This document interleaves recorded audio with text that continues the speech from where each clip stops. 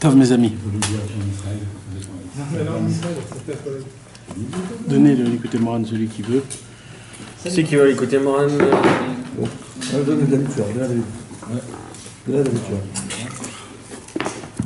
On va continuer, Bezrat Hashem. Ce qu'on a voulu avancer le cours dernier, la semaine dernière, on n'a pas pu avancer. Parce qu'on a parlé beaucoup de choses importantes. C'est pas très dur. Bezrat Hashem. On va parler aussi de choses très importantes aujourd'hui aussi. On va parler, je vous ai dit déjà, d'un concept très important que beaucoup de personnes se confondent. Ils se confondent. Confondent ou confessent? Non, confondent. Ils confondent. Pourquoi? Parce que malheureusement, le sujet qu'on va parler ce soir, c'est un sujet qui est très connu, reçu dans les autres religions. Par la confession. Donc. Pardonnez-moi mon père parce que j'ai fauté. Et il y a dans la Torah, puisqu'on est en exil, des fois les sages de la Torah ont décidé d'enlever des choses de la Torah pour qu'on ne ressemble pas au Goïm. Mais ça c'est que quand on est en exil. D'enlever des choses de la Torah qui étaient donc écrites, tu veux dire? Non, on parle des choses. Ouais, pas flagrantes, hein. Des choses. Se couvrir la tête avec Sona. Des coutumes. Non, ça non. Ça je sais pas. À la base, on doit s'enlever, et comme eux, ils enlèvent, alors nous, on met. T'es fou, toi. Je t'ai dit. Mais d'où ça vient, ça? Je te dirai. Mais non. Je t'ai dit. 1000%. Jamais de la vie. C'est écrit dans les riches. 1000%. Encore, nous, on doit enlever. À la base, on doit enlever, et comme c'est un minagoy, alors on met. J'ai jamais vu ça. En rentrant avec Knesset. Bah, Draba, vas-y. La preuve, c'est qu'il y a le Kohen Gadol. En Kohen Gadol, il rentre avec le. En Tunisie, ils mettent pas la kippa dans les Beit Knesset parce qu'ils ont dit, nous, on garde le truc à l'époque. Ils ont mangé trop de danko. C'est un truc de ouais, c'est un truc de zéro. Essaye de voir la référence parce que. Il y en a qui disent que la kippa n'est pas obligatoire. Non, c'est pas de rapport. Pas de débat là-dessus. Venez, on se concède dans le Yann important. D'accord. Je vais vous donner un petit exemple, mes amis. D'accord, un petit exemple. À l'époque, dans les terres, dans les pays froids, c'est-à-dire les Ashkénazes, il y avait ce qu'on appelle la Haskala. C'est quoi la Haskala? Haskala, c'est les comment on appelle ça? Les assimilations. Les nouveaux philosophes, les illuminés. Ah, les lumières. Les lumières. C'est les juifs qui se sont dit, nous, il faut qu'on se mélange avec les goïms, qu'on va dans les universités, qu'on apprend comme eux, qu'on s'habille comme eux. L'alliance. Et l'alliance, c'est eux qui ont fait un balagan dans tout le judaïsme. Maintenant, eux, ils adoraient le grammaire. Le dikdouk, ouais. Le dikdouk. La grammaire. La grammaire. La grammaire juive et la grammaire européenne. Aussi, juste pour être... Pourquoi? Parce que ça fait partie des... Des types vachement intelligents. Bien sûr que c'est des intelligents. Donc comme ça fait pas... Alors, eux, qu'est-ce qu'ils faisaient le Shabbat, par exemple? Le Shabbat, quand ils lisaient la Torah avec les Ta'amim, pour eux, c'était très important de faire tous les Ta'amim à la perfection. De ne pas rater un seul Ta'amim. Alors, qu'est-ce qu'ils ont décidé, les tzadikim de l'époque? D'enlever les Ta'amim. Pas d'enlever, mais des fois les enlever, des fois en mettre, des fois les enlever, des fois... Pas faire attention à ça. Pourquoi? Pour faire montrer qu'on n'est pas comme eux. C'est pour ça que depuis, si tu vois les Ashkenazim, les Chassidim, ils sont pas makpid sur les Ta'amim. Comment ça sort? Des fois il y en a, des fois il n'y en a pas. Il y avait des tzadikim qui lisaient Bichlal sans rien. Mais ça fait partie du... Pourquoi? Parce que... Mais dis-moi, le Ta'amim, il ne peut pas changer la lettre, donc le mot? Non, il ne change pas le mot, non. Non. La sonorité qu'on a. Maintenant, ce qu'il y a, il y a encore plusieurs choses comme ça que les Chachamim, ils ont institué d'Afka pour faire une séparation. Maintenant, une des choses qui s'est passée, alors avant ça, je vais vous expliquer un petit peu l'historique de comment ça fonctionne, d'accord? L'historique, de base, ce soir, avec l'aide de Dieu, Bezrat Hashem, on va parler de la confession. C'est quoi la confession? En hébreu, on appelle ça le vidouille. D'accord? Vidouille. Vidouille dvarim. Dans la Torah, c'est écrit, Mefourash, c'est écrit qu'un homme qui a fauté, il faut qu'il fasse vidouille dvarim, c'est-à-dire il faut qu'il demande pardon. C'est écrit dans Oshéa. Il y a un passage qui dit Krou dvarim veshuvu el Hashem. Krou dvarim, prenez des paroles, et avec ça, revenez vers Dieu. C'est-à-dire, avec tes paroles, c'est quoi tes paroles? Tu vas dire, le Rambam, il rapporte, dans Ilchot Teshuvah, Perek Bet, il rapporte, quand un homme, il a fait une faute, comment il fait Teshuvah? Alors il dit, il y a 3 choses. Tout simple, 3 choses. Dès que tu as fait ces 3 choses, tu as fait Teshuvah.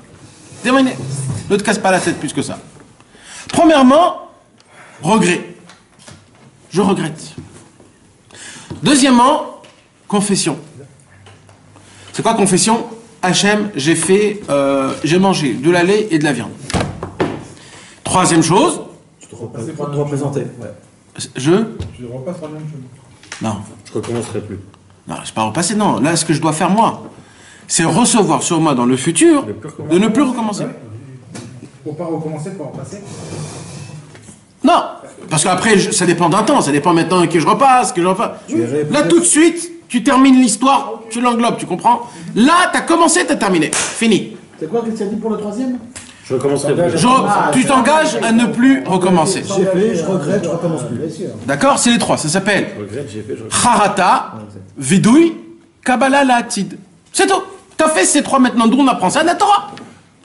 Le prophète Oshéa, il nous a appris comment faire Teshuvah. C'est aussi écrit dans Moshe Rabbeinu, dans le Chumash Dvarim, à la fin, il a aussi dit, il a parlé de la paracha de la Teshuvah, Vata Israël, Madonai, le Hashem, Memar, Kim Leira, et Adonai, etc., etc. C'est une paracha, c'est la paracha de Joël dans le paracha de Réé, là-bas. D'accord, maintenant, ça, c'est de se confesser envers Hashem Yitbarach. D'accord? Pourquoi il faut se confesser envers Hashem Yitbarach? Il faut se confesser envers Hashem Yitbarach, parce que la racine de fauter, ça vient d'où? Ça vient de l'orgueil. C'est quoi l'orgueil? Je me considère plus que toi. Oui, avec ton honneur, ta place, mais excuse-moi, j'ai envie de me faire mes kiffs. Donc, il s'est passé quoi? Que tu t'es... Akadosh Baruch Hu, il dit, si tu veux revenir sur tes pas, rabaisse-toi, viens chez le patron, dis ce que t'as fait, tu fais ça, t'as tout remis en ordre. Le fait est qu'un homme, il se rabaisse et qui dit, pardon, Ribono Shel Olam, pardon mon Dieu, j'ai fait ça, tu t'es rabaissé, tu reviens chez le patron, tu dis, voilà, je reconnais. Il y a écrit, hein? Il faut avoir honte. Ça, c'est encore un niveau, si on arrive à être honteux, C'est accepté. c'est le top niveau. Mais même si t'as pas honte. Quand tu vas chez le tzaddik pour lui. Attends. On est devant Hachem, là. On n'a pas encore parlé. Là, on parle de Hachem. Deuxième point, pourquoi c'est aussi important? Pourquoi? Tu peux pas t'engager à ne pas recommencer de façon sincère. Tout de suite. À vouloir. Hein? À vouloir par Tu peux pas t'engager à ne pas vouloir recommencer de façon sincère. Ouais. Si t'as pas honte, tu n'as pas la honte. Si t'es pas, parce que sinon t'es Non. pas convaincu au fond de toi. Tu connais le mécanisme. Tu fais. Je m'excuse, c'est faux. C'est faux. J'ai pas honte parce que je le comprends pas de façon, comme tu le dis, le plus profond. Mais dans mon cerveau, je comprends que ce que j'ai fait, c'est pas bon. Alors ça se peut que je le ressens pas dans mon cœur. Mais dans mon cerveau, je sais que c'est pas bon. Alors j'ai pas honte malheureusement parce que je le sens pas. Mais oui, je comprends que ce que j'ai fait n'est pas bon, c'est mauvais, c'est grave. Mais c'est pas ça la question que toi tu devais me poser. La question que je devrais entendre de vous, c'est comment je peux m'avancer sur le futur. C'est sur le Ratson. Hein? Que je vais pas recommencer. Bien sûr. Sur le Ratson. Non, c'est le futur. C'est au moment où tu parles. C'est au moment où tu parles. Maintenant. Maintenant, je reçois sur moi maintenant ne plus recommencer. Après, si tu recommences, c'est une autre histoire. Mais maintenant, là, je prends sur moi que maintenant, là, je suis arrivé à un niveau où je ne veux plus recommencer. Oui, mais c'est là, il faut être sincère. Non, mais dans ce moment-là même, t'es sincère. Le moment où tu le penses. Le moment où tu es là, au moment où tu... Oh, Meir Alors Il y a un Yetzara, il me te voit. Bah, qu'est-ce que tu crois? Tous les lundis. Quoi? à ce moment précis où tu vis, Et toi, mon frère? Sincère. toi-même, oui, tu es sincère, mais tu peux ne pas être parfaitement sincère, se dire, mais tu te rends compte cette faute qu'elle est très dure à surmonter. En vrai, ça fait déjà 4500 fois que j'essaye de la surmonter, et Ouais. je n'y arrive pas. Ouais. Donc, ok, alors je vais faire le mécanisme de Tchouva, Ouais. mais en vrai, même moi, j'y crois pas moi-même. Genre à Kippour, quoi. C'est ça que tu veux dire, genre à Kippour. J'arrête, Non, mais j'arrête la TVA, j'arrête la Non, mais l'essentiel, c'est que tu es sincère, que tu as envie d'arrêter. Après, si tu n'arrives pas, tu n'arrives pas. T'as 2 mois devant toi. Tu auras de la rêve. Non, mais tu peux pas vidouille là dans ce cas-là. Tu demandes Si, pardon sur un truc. Alors écoute, Rudy, Tu peux avoir le niveau de dire, ouais, je sais que c'est une faute, je suis pas bien, je reconnais, machin, je veux pas recommencer, mais t'es pas convaincu en toi-même que tu vas jamais recommencer. alors, Tu lui dis Hachem. Tu lui dis exactement ça. Tu lui dis, vous savez, Mais alors là, je vous t'as pas- dis ça ou je te dis ça, mais t'as pas sachez qu'à l'intérieur de moi, Non, dans mais mon cœur, j'aimerais je cache d'avoir- il y a toujours éventuel- quelques pourcentages de recevoir sur le Mais fait. tu dis, j'aimerais ne pas recommencer. C'est sincère. Ah ouais, non, mais tu ne dis pas, tu peux pas dire j'aimerais. Si, si, Ou je. tu prends ton engagement de ne pas Non, recommencer. mais tu prends l'engagement et tu dis, j'essaye au maximum de ce que je peux. Oh, tout le monde est Badaï. Faites comme avec vos femmes. On aimerait toute notre vie, on n'arrive pas, on essaye. Tov. Alors maintenant, parce qu'après on va revenir sur ce point-là, c'est pour ça. Bezrat Hashem avec Rabbeinu, il va nous- là j'explique en général le Inyan du vidouille, d'accord? C'est quoi le deuxième point très important du vidouille? C'est pas juste de se rabaisser pour faire montrer à Kadosh Baruch Hu que bon, j'ai fait une gaffe, je me rabaisse. Il y a une deuxième chose très importante, mes amis, très très importante. C'est quoi? Et ça, moi à mes yeux, je crois que c'est le plus important du vidouille. Avouer. Il y a un midrash comme ça. Le Satan, il vient, il fait la volonté de Dieu. C'est quoi la volonté de Dieu? D'essayer de nous tenter à ne pas faire la volonté de Dieu. Il descend en bas, et il nous chauffe, il nous chauffe, il nous chauffe, il nous chauffe, il nous chauffe, et il en fait un peu plus que ce qu'on lui a demandé même. C'est d'ailleurs la raison pour laquelle on va lui faire la shrita. Et il nous chauffe, il nous chauffe, il nous chauffe, jusqu'à qu'il nous fait faire tomber. Au moment où il nous fait faire tomber, cet imbécile, qu'est-ce qu'il fait? Il fonce en haut, il dit Hachem, Hachem, Hachem, Hachem, regarde ce qu'il est en train de faire, regarde.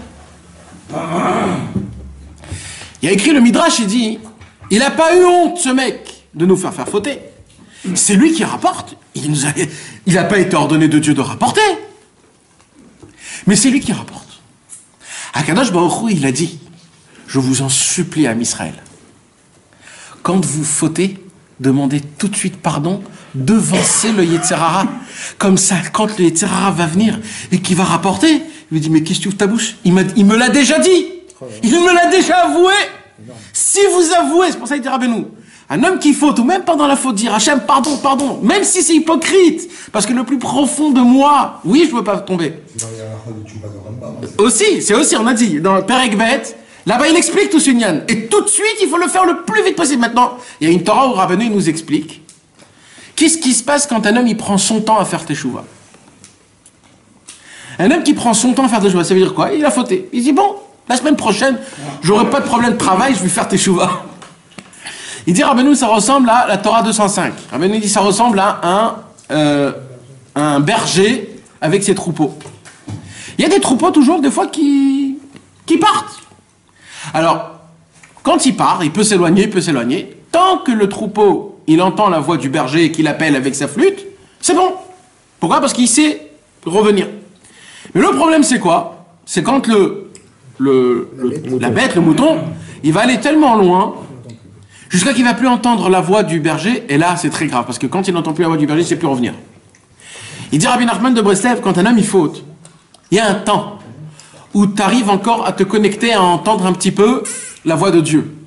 Parce que tous les jours, il y a une voix qui sort du mont Sinaï, du Har Horev, et qui dit Shuvu banim shovavim. Revenez mes enfants, revenez. Et nous on l'entend dans notre cœur. Le Baal Shem Tov il explique que sans faire exprès, une fois dans la journée, si on est fin à l'écouter, on peut entendre. Et c'est quoi cette entente? C'est qu'on a une envie d'un coup de faire quelque chose de saint. Dans la journée. Une fois par jour. Une fois par jour obligatoire. Et ça, c'est ça. C'est quand tu entends la voix de Dieu qui dit Shuvu banim shovavim. Et il dit là-bas, ça c'est encore quand tu t'es éloigné d'une manière que tu as fait tes chouvas tout de suite. Mais si Chas V'Shalom, tu fautes, tu ne demandes pas pardon, tu t'éloignes tellement loin que tu ne pourras plus entendre la voix du berger. Et là, ça va être grave. Pourquoi? Parce que tu crois que tu n'as rien fait, et tu t'égares, et après c'est fini. Il dit Rabbi Nachman, première chose, quand tu fautes, tout de suite dire Khatati aviti pachati. Pardon mon Dieu, j'ai fait quelque chose de mal. Qu'est-ce que j'ai fait? Tu dis la chose que tu as fait. C'est très dur à dire après la faute. Pourquoi? Directement après la faute. Alors Dafka, il y a un Zohar HaKadosh qui dit un Chidouche Gadol. Il dit, vous voulez savoir comment le monde est faux? Ce qui va te permettre de prendre conscience directement de ta faute. Il dit le Zohar HaKadosh, vous voulez savoir la preuve comme quoi le monde est faux? C'est regarder qu'est-ce qui se passe quelques secondes après la faute. Avant la faute, toute faute, hein, t'es chaud, t'as une pulsion, t'es pour faire la faute. Au moment où t'as fait la faute, Tu sens mal. je sais pas, tu dis c'est quoi ce truc-là que je me suis fait là? À ce moment-là, C'est tu peux demander ce pardon-là. C'est justement là-bas. Ouais, mais c'est tellement hypocrite à ce Non, moment-là. c'est Non, c'est pas hypocrite ça, c'est français ça. C'est pas du tout. C'est Emet. pas hypocrite. C'est le Emet. C'est français. C'est français, c'est. Oui, c'est ça, oui. Mais Bevadaï, c'est stam des bêtises de français ça, hypocrite, pas hypocrite, c'est Emet. C'est toi, c'est ta neshama. C'est la pnimiout de ta neshama. C'est le vrai toi qui demande pardon, qui dit. Tu veux savoir en vérité la neshama? Au présent, quand tu parles, quand tu es au présent, maintenant, tout de suite, là, et que tu parles du Chazve Shalom au futur de faire, Chazve Shalom du Navera, tout de suite, tu dis comment je peux faire après une faute ce que je suis en train de faire aujourd'hui, faire chouva. Ouais. J'ai déjà passé la barrière. Donc maintenant, au présent, on ne peut pas dire que. Nachod. Après. Tu comprends ce que je veux te dire? C'est pas possible. Nachod. C'est impossible. Là, on peut être que. Là, on est en force de se dire, ouais, même pas en rêve, je bouge pas. Comment tu veux que je dise pardon alors que j'ai pas du tout envie de fauter? Donc c'est très dur de parler d'un futur alors qu'il n'existe pas. C'est pas possible. Donc. Et c'est ce qu'il faut faire, c'est un conseil de Rabbeinu. C'est un mamash, c'est Chazve Shalom, on s'est fait prendre dans... Mais Rabbeinu, il le dit, mais Fourache, il le dit. Ça dépend de la relation. S'il y a de l'amour entre toi et Dieu, il n'y a pas de problème. C'est un problème de sentiment. Et sinon, quelle sensation autre? C'est un problème de sentiment. À partir du moment où il y a un sentiment fort, comme toi avec un enfant, ou toi avec une femme, ou toi, Ouais. comme ça, si tu as une relation amitié, amoureuse avec Dieu, Ouais. alors ça fait partie de la façon d'aimer, de l'aimer. Nachod. T'es plus dans l'amour, t'es dans mais tu dis dans qu'à la faute, t'es dans l'amour. Tu dis qu'un mec qui n'a pas cette relation, il T'es dans la faute, la relation, le fait que t'es tellement à l'aise. Nachod. que- Tu peux tout de suite demander. Pardon, t'es dans Nachod. une relation affective. Exact. Donc c'est plus facile à gérer. Exact. Mais si toi tu le regardes comme un dieu Punisseur. qui ne touche pas, c'est sûr qu'après tu rentres dans des trucs. Dans des délires qui sont pas bons. C'est vrai, c'est vrai, c'est vrai. C'est vrai, c'est vrai. La relation elle est D'accord. affective avec Dieu. Mais même si tu as une relation affective avec Dieu et que Khalida tu fautes, tu es conscient de ta faute. Oui, mais justement. Ouais, mais c'est dur de demander pardon tout de suite. Voilà, c'est dur de demander. C'est ce qu'il pardon dit. tout de suite. Même si tu as une relation qui est affective, qui est amoureuse, qui est tout ce que tu veux avec Dieu, au moment où tu vas faire la faute et au moment où tu vas te rendre compte de demander à ce moment-là pardon, c'est très difficile. C'est vrai que c'est à ce moment-là qu'il faut le faire. Alors, toi, tu dis que même à ce moment-là, il ne faut pas le faire. Tu n'es pas dans le pardon, tu es dans la. Il y a une relation qui fait que Dieu il connaît ta nature, toi tu te connais, et que quand tu fautes, en vrai tu fautes pas. C'est quelque chose qui fait que dans ta nature il y a quelque chose de trop fort, que tu n'arrives pas à contrôler, et que Dieu connaît ça. Donc il y a une relation, une intimité entre toi et lui, c'est pas une faute étrangère. Tu te mets en colère, on va prendre un truc plus facile. Tu te mets en colère. À partir du moment où tu te mets en colère, tu as travaillé ta colère, dans ta nature tu as une colère. Quand tu te mets en colère, quand tu vas demander pardon à Dieu, tu n'es pas dans le pardon, tu es dans la connaissance, toi et lui, de ta conscience de ta colère, et tu fais qu'il y a... Ah, je suis tombé encore une fois, tu vois, tu comprends le truc, aide-moi, encore une fois, Ouais, tu vois. Bon, tu prends une petite faute. Je crois, moi je suis pas rabbin. Non, mais c'est pas une petite faute. C'est pas une petite faute de se mettre en colère, c'est très grave. Il y a un commencement, c'est-à-dire qu'on n'a pas eu cette éducation tactique. Non, mais non, pour nous, c'est ça la faute. On est dans une synagogue, on parle de colère. Et en plus de ça, la mitzvah du vidouille, mes amis, ça fait partie des 613 mitzvot. Imaginez-vous. Pas beaucoup de gens le savent. La mitzvah de se confesser. On parle du vidouille, la confession. C'est la mitzvah positive numéro 73. C'est écrit dans Vaïkra. Il y a certains korban que ça dépendait, certains sacrifices, le sacrifice de Khatat ou de Yom Kippour, ou de certains sacrifices, ça faisait partie que la personne qui donnait le sacrifice au Beth Amikdash, il venait et il devait se confesser devant Hachem et devant le Kohen. Confession. Et il était obligé de dire ce qu'il a fait, sinon ça fonctionne pas. Et alors on doit le dire nous devant Talmid Chacham ou devant... Alors attends, on n'est pas encore arrivé là, mais oui. Alors mais là on explique le vidouille en lui-même, d'accord? En lui-même, déjà juste la confession. Donc il fallait le dire, il fallait le raconter. Sinon le korban, il fait pas son travail. Donc c'est écrit mes forages, vite, vadou et avonam, vous devez vous confesser vos fautes. Alors faute avouée à moitié pardonnée, même chez les goïmistes. Alors c'est ça le problème qu'on a vu. C'est maintenant qu'est-ce qui s'est passé. Alors attends, je continue. Maintenant il y a le vidouille que Rabbeinu il va nous parler et que en fait c'est Rabbeinu qui a été Mechadesh. C'est une nouveauté que Rabbeinu il a renouvelé dans le monde. C'est de se confesser devant un tzaddik, devant un Talmid Chacham. Il a remis renouveau, ouais. Il a à l'ordre du jour. Il a remis à l'ordre du jour. Pourquoi le Baal Shem Tov? Il rapporte dans ce là que le Baal Shem Tov. Rabbeinu a raconté une histoire. Une fois le Baal Shem Tov il a fait ça. Une fois. Il a rapporté. À cause des goïms. Mais c'est le Rabbeinu qui a été Mechadesh ça. C'est une histoire qui s'est passée avec le Baal Shem Tov qui s'est passée et qu'il a fait. On a raconté avant la Torah. En fait, de ça, toute la Torah, elle a été faite. C'est l'histoire de cette Torah. Et un Talmid Chacham, Rabbeinu, c'est un Talmid. Alors, attends, on va donner les points. C'est quoi? Alors là, on va expliquer le pshat, c'est-à-dire le niveau très simple du vidouille devant un Talmid Chacham. Pourquoi il faut se confesser devant un Talmid Chacham? Alors, si on vous pose la question, il y a une explication la plus simple. La plus simple des plus simples. C'est écrit dans le Shulchan Aruch, en Siman Taf Resh Zayin. Là-bas, le Mishnah Brura, il en parle. Il faut voir dans le Sharetzion en bas aussi. Là-bas, il raconte quelque chose de très simple. Le pshat, c'est quoi? C'est que de base, un homme qui s'est mal conduit et qu'il a pris des mauvaises habitudes... C'est qu'il s'est éloigné des Talmid Chacham. Non. La première chose qu'il doit faire, c'est d'aller voir un supérieur et de lui demander conseil comment continuer d'ici plus tard. Parce que maintenant... j'ai fait des choses mal. Imagine-toi, tu as une voiture. Tu as mal conduit avec cette voiture. Tu as le frein pas bien. Qu'est-ce que tu fais? Tu l'emmènes chez un garagiste et tu lui dis qu'est-ce que je peux faire maintenant pour que je ne veux pas... C'est ça, c'est de le remettre. Comme maintenant ce qui s'est passé, tu as fait des dégâts dans ton corps. Et maintenant, pour réparer ces dégâts, c'est pas en une seule fois. Donc maintenant, tu as un nouveau train de vie. C'est comme Chas Shalom, quelqu'un qui apprend qu'il a du diabète. Il peut plus vivre normal. Il faut qu'il arrête de boire ça, il faut qu'il arrête de manger ça. Pourquoi? Parce qu'il a un problème dans son corps. Pareil dans la Neshama, un homme qui a fait des péchés.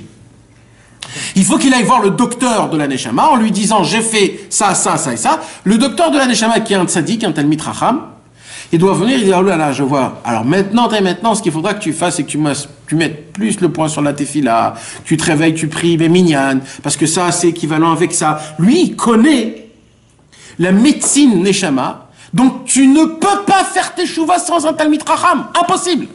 Tu peux monter et descendre. Mais ça, t'as dit que c'était d'actualité, on a arrêté de le faire pour pas... Alors attends, j'explique. On dit le fou, d'écoute un sage, le plus fou. Tu dis Talmid Chacham, c'est le tzaddik, c'est pas Talmid Chacham. Rabbeinu a dit Talmid Chacham. De base, il a dit le nom Talmid Chacham. Pourquoi? Parce qu'il a rapporté ce qui est écrit dans la halakha dans le Shulchan Aruch. Dans la halakha dans le Shulchan Aruch. Talmid Chacham disant pas d'aller voir quelqu'un qui est mort sur sa tombe, raconter ça, il ne va pas te répondre. Ouais, je suis pas d'accord. Alors attendez, on va parler de tout. On va parler de tous les points, mes amis. Tous les points. Il est pas mort, il est vivant. On va parler de tous les points, mes amis. Donc Rabbeinu, il a rapporté le langage, comment c'est écrit dans le Shulchan Aruch. C'est-à-dire le Talmid Chacham. Le Talmid Chacham, pour la raison que je viens d'expliquer, puisque lui, il connaît ce qui est permis, ce qui n'est pas permis, ce qui est interdit, ce qui n'est pas interdit. Le Talmid Chacham, il a aussi la connaissance, des fois, mes amis, aujourd'hui ça n'existe pas, hein. Je vous le dis tout de suite. À l'époque, ça existait. Quand il connaît la personne qui vient se confesser et qui lui dit ses péchés qu'il a fait. Pourquoi on parle d'un Talmid Chacham? Parce que le Talmid Chacham, à l'époque, encore une fois, je précise, il savait, je vais le faire très spécial, te faire fauter le moins grave possible. Il y a un concept, quand le Talmid Chacham, il voit que son élève, il faute dans des fautes qui sont graves et qu'il arrive... Il ne peut pas ne pas fauter, Kaviachol. Il est dans des situations... Alors, qu'est-ce qu'il fait le Talmid Chacham? Il te dit, fais comme ça, fais comme ça, fais comme ça. Mais ça, c'était à l'époque. Pourquoi? Parce qu'à l'époque, ils étaient tellement baki. Dans quoi? Dans les 13 midot de Rachamim, dans les 13 Amar Rabbi Shmuel Omer, les clés de la Torah. Et eux, ils savaient, c'était eux la Torah, ils savaient mamash comment jouer avec les mitzvot et les averot pour essayer de te faire fauter chas v'shalom le moins possible. Et c'est pour ça qu'on dit une catégorie de Talmid Chacham. Parce que le Talmid, il faut qu'il soit un Talmid Chacham. Talmid Chacham, c'est aujourd'hui le Rama, il est possède dans l'Ilchot Shrita du Shulchan Aruch, qu'un Talmid Chacham, comme on parle à l'époque, il n'y en a plus aujourd'hui. Des vrais Talmid Chacham. Alors il y a des semblants de Talmid Chacham, que c'est aussi des Talmidei Chachamim. Mais le concept en lui-même de Talmid Chacham, le Rama, il dit, il n'y en a plus aujourd'hui. Pourquoi? Il dit parce que le Talmid Chacham... Il a dit ça, le Rama? Ouais. Wow. Il dit le Rama parce qu'il faut que tu arrives à un niveau, que tu lui poses une question. Dans quel domaine qu'ils savent te répondre et qui te fassent montrer d'où ça vient et où est la racine. D'où ça vient dans le Shulchan Aruch et où est la racine dans la Gemara. Dans tous les domaines. Et ça, malheureusement, il n'y en a pas. Comme ça, le Rama, il écrit déjà il y a 400 ans. Alors maintenant, ce qu'il y a des rabbanim, des sortes de rabbanim, de Talmidei Chachamim, d'un niveau qui est plus bas. Il était avant Rabbeinu. Oui, bien sûr, le Rama, c'est il y a 400 ans, c'est le Shulchan Aruch. D'accord? Donc c'est ça comme ça que c'est écrit. Maintenant, mes amis, maintenant il s'est passé que... Kedachol, il dit que Rabbeinu, lui-même, il avait pas ce niveau alors. Le Talmid Chacham? Non, mais je sais pas, c'est ce qu'on avait câblé. Non, le Rama, il parle en général. Alors il y a toujours des exceptions. Donc même dans nos générations, mais nous on ne sait pas qui c'est de toute façon, donc on peut monter, descendre, on ne saura même pas. D'accord. Donc il y a toujours des exceptions, et pas dans chaque génération. Des fois parmi 10 ou je sais pas, mais il y a toujours une exception, tu comprends? Maintenant, hein, d'où on apprend le inyan de se confesser devant quelqu'un. Alors déjà, on a dit, le cours dernier, on a vu Yehuda. Il a dit Tzadka Mimeni. Yehuda, quand il est allé avec Tamar, pour des raisons qui sont très élevées, qui nous dépassent de notre cerveau, il a dit devant Yaakov Avinu, elle est enceinte de moi. Il aurait pu arranger l'histoire, puisque c'était lui le patron. C'était lui le patron. Il était présent, Jacob? Bien sûr. Alors qu'est-ce qu'il a fait, Yehuda? Il a dit son vidouille. Il a écrit dans le Midrash que quand Yehuda il a fait le vidouille, Réhouven, il a vu la grandeur de Yehuda, de ne pas avoir honte, de dire qu'elle est enceinte de moi. Il s'est levé et il a dit, c'est moi qui ai échangé les lits. Vous savez, quand Léa elle est partie de ce monde, alors il a échangé les lits parce que quand Rachel, elle est partie, alors et Yaakov, nous, il est allé dans la tente de la servante de Rachel. Réhouven, il n'a pas aimé ça. Qu'est-ce qu'il a fait? Il a échangé les tentes, il a échangé les lits, il a mis le lit de Léa à la place du lit de la servante de Rachel. Et quand il a vu ça, Réhouven, il a dit, mais tu te prends pour qui? Tu joues dans mon intimité. Et il a écrit que c'était tellement grave, comme si c'était lui qui est allé avec sa maman, tellement c'était grave. Et depuis ça, il a perdu sa Bechora, son droit d'aînesse. Et c'est tombé chez Yosef. Yosef, c'était le droit. Et il a écrit que quand Yehuda, donc il a dit Tzadka Mimeni, Réhouven, il s'est levé, bam, il a fait lui aussi le vidouille. Ça, on l'apprend de Parashat Vayechi, quand il a écrit Vezot li Yehuda, on a pris, c'est quoi Vezot? Ce qu'il a fait Yehuda, il a fait aussi Réhouven.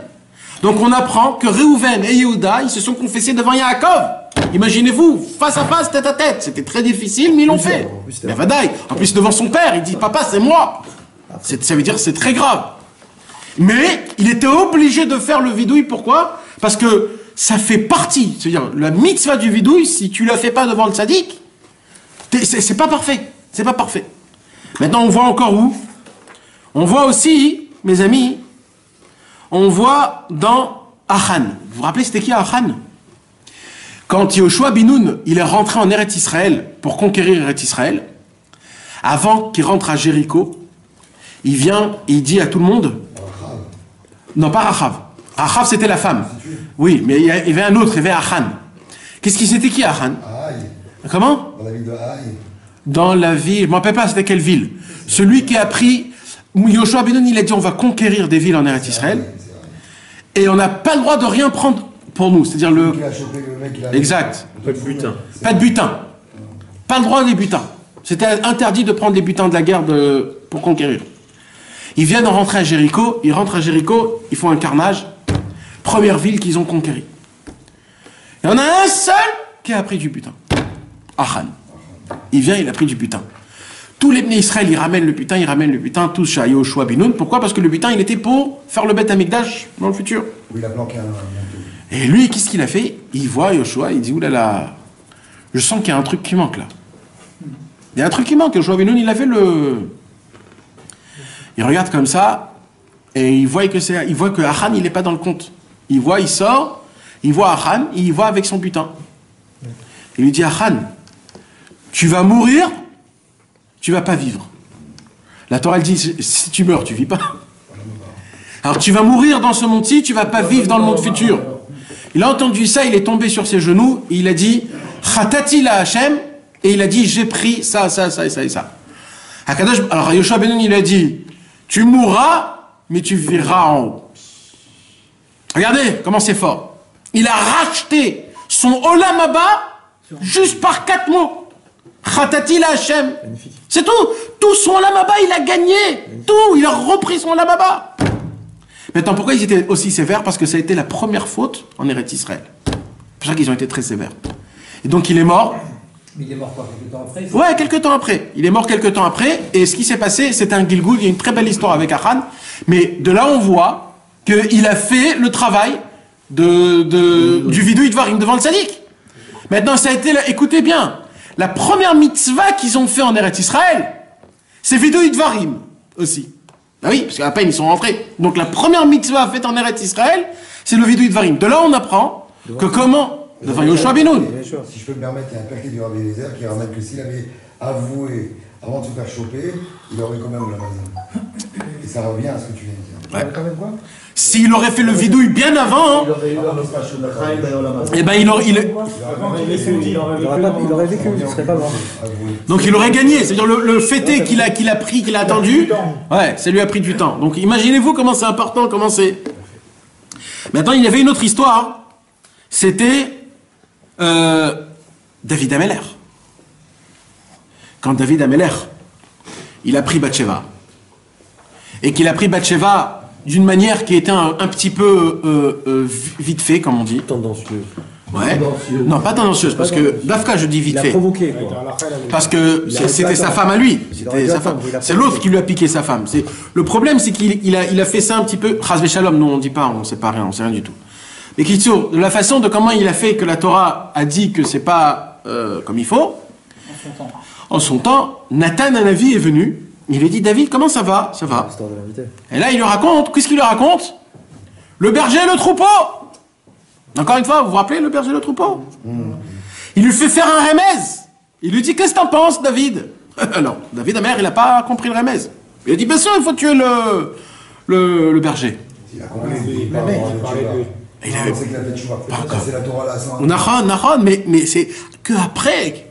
Alors, là, Nathan Hanavi lui dit. C'est pas comme ça, Rabbeinu Ramène, tu prends 63. Si. Il des fourrages. C'est comme ça que. Rabbeinu, il dit que c'est comme ça qu'il s'est tamponné son propre. Son propre digne. C'est tout de suite après que Nathan Hanavi il est venu, il lui a dit, t'as entendu ce que t'as dit? C'est là qu'il a fait son propre. Et là, David Ameller, il a dit, oulala. Quand il a compris le remède. Là, il a compris que c'est. En fait, il parle de lui. Ah, il n'a pas eu de vidouille alors. Bien sûr, le psaume numéro 51, c'est tout le vidouille devant Nathan Hanavi. Le psaume 51, c'est le psaume du vidouille. Il s'assoit et il dit à Nathan Hanavi, Khatati, etc. Mizmor David, Nathan Hanavi, Kasher Baal Batsheva, Choneni Elohim Kichazdecha, Rachameni. C'est tout le psaume 51, il parle de ça. Il fait le vidouille devant Nathan Hanavi Mamash. Même David Ameller, mes amis, vous comprenez ce que je suis en train de vous dire là? David Ameller! Même David Ameller, il a besoin de se confesser devant un tzaddik. Que lui, c'était le tzaddik. Mais il a besoin d'un tzaddik. Même David Ameller, imaginez-vous. Donc, combien c'est quelque chose qu'on peut même pas s'imaginer comment c'est fort. D'accord? Et comme ça, il y a plein d'autres histoires, même dans la Gemara. Shimon HaTzadik, il raconte qu'il est venu. Mais on ne va pas rentrer dans tout ça. Maintenant, ce qui s'est passé, c'est qu'à l'époque de la Gemara, après la deuxième destruction du temple, il y a eu l'imbécile de l'autre côté, l'acrobate. Le perché. Et lui, il a créé, c'est pas lui, c'est 100 ans plus tard, je vais pas dire des noms ici, et eux, ils ont commencé à faire exactement, parce qu'en fait, ils ont tout pris de nous. Eux, ils ont vu ça dans le Beth Amikdash, comme quoi les Bnei Israël, ils venaient chez le Kohen et ils se confessaient. Donc ils ont dit, on va faire la même chose, mais ils ont créé cette chose-là. Quand ils ont vu ça, les Bnei Israël, et qu'ils ont vu que les Talmidei Chachamim, ils sont pas aussi forts comme à l'époque, ils ont dit, bah ok, on va arrêter ça. Maintenant, c'était pas écrit, mais c'était... Ça veut dire Béchéquette, ça veut dire en... Il savait que Pour se différencier des autres. Qu'il était... il était sur lui, le guide. Là-bas, il marque Béfirouche comme ça. T'es sûr de ça? Hop, le méchané, si c'est avant ou après, l'essentiel, Nahon. Mais Kitzur, moi ce que je dis, c'est que les Chachamim, ils ont commencé à enlever ce concept de Vidui Dvarim Lifnei Talmid Chacham. Ça veut dire, ils l'ont pas enlevé ouvertement avec des drapeaux, mais petit à petit, ils l'ont enlevé. Alors, ça continuait entre le Lev et le Rav, mais c'était pas flagrant, c'était plus comme à l'époque. Jusqu'à que c'est... Parce qu'il nous manquait de Talmidei Chachamim, des Tzadikim, il nous manquait une confession, c'est très difficile de se confesser. Donc, petit à petit, ça s'est enlevé. Et comme ça, pendant... Mais surtout qu'il n'y avait pas de Beth Amikdash. La confession, telle que tu l'as dit devant le Kohen, c'était quand tu ramènes ton corps. Nachon. Ça aussi, c'est une ampleur, une influence. Mais il y avait toujours, on a expliqué le concept que quand un homme il fait des péchés, il faut un chemin comment faire teshuva. Donc il est obligé de dire c'est quoi qu'il a fauté. Donc très difficile, facile de parler à Dieu. Mais vadaï. Parce que le Talmid Chacham, il te pose des questions. Comment ça s'est fait? C'est quoi que tu as pensé? Il veut savoir c'est quoi la racine. C'est quelque chose que tu peux même pas t'imaginer ce que c'est. Ouais, avec Dieu, tu restes plutôt. Nachon. Tu... Et dans Yom Kippour, on fait Vidui Dvarim? Non.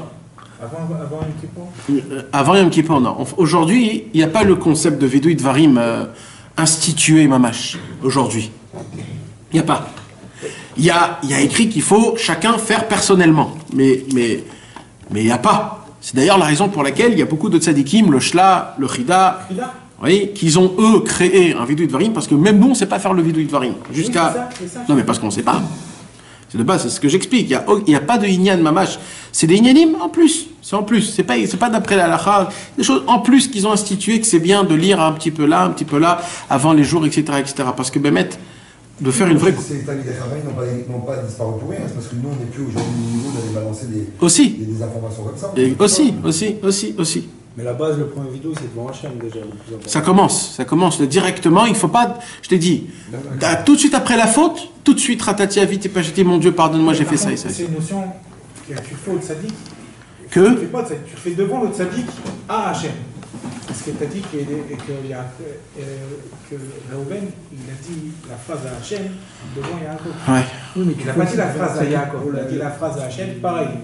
Et pour devant Yeshua, il a dit la phrase à Hachem devant Yeshua. Oui, mais tu le fais aussi pour le Hetza, tu le fais aussi pour le conseil du tzaddik. De quoi? Parce que le vidou que tu fais au tzaddik, c'est aussi pour obtenir le derer. Exact. Pas revenir sur Pour te remettre à niveau. Exact. Pour rééquilibrer. Non, lui, quand tu fais le vidou Dvarim, il ne te parle pas de donner un Hitzah. Il te dit qu'en faisant le vidou Dvarim, il y a des combinaisons sur les autres. Oui, mais si tu le fais si tu le fais devant le tzaddik, c'est aussi parce que tu dois écouter ses conseils. Pas que toi avec ta voix là. Il y a un petit rinouche là dans la Torah 829. Mes amis. 829. C'est pas la 829. Mais Kitsour, mes amis, ce qui se passe, il se passe donc que le Vidui Dvarim, malheureusement, il s'est un petit peu effacé à cause de ce que les autres, ils ont commencé à mettre cette confession-là, les autres religions, d'une manière flagrante, comme quoi fais ça, t'es pardonné, comme si que c'est... Donc ils ont dit, on va laisser tomber. Mais, apparemment, le Baal Shem Tov, il a essayé de décrire, de dévoiler un nouveau chemin par la nouvelle confession, par l'histoire qu'on a racontée au tout début de la Torah qu'on a fait, la Torah Dalet.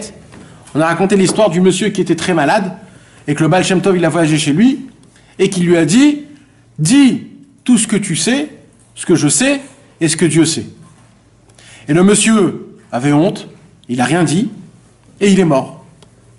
Et tout dépendait de sa confession. S'il se confessait, il était pardonné complètement. Maintenant, cette personne-là, c'était un tzaddik énorme, qu'il avait que ce petite chose qui lui manquait.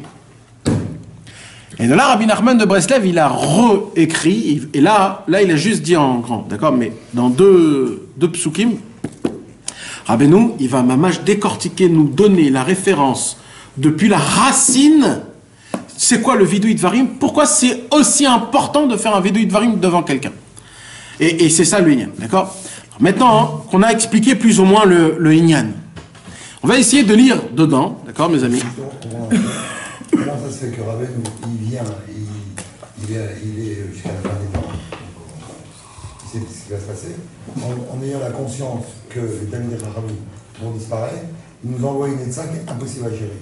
Quand il nous donne un truc à faire, on ne peut pas faire. Comment il peut dire un truc pareil?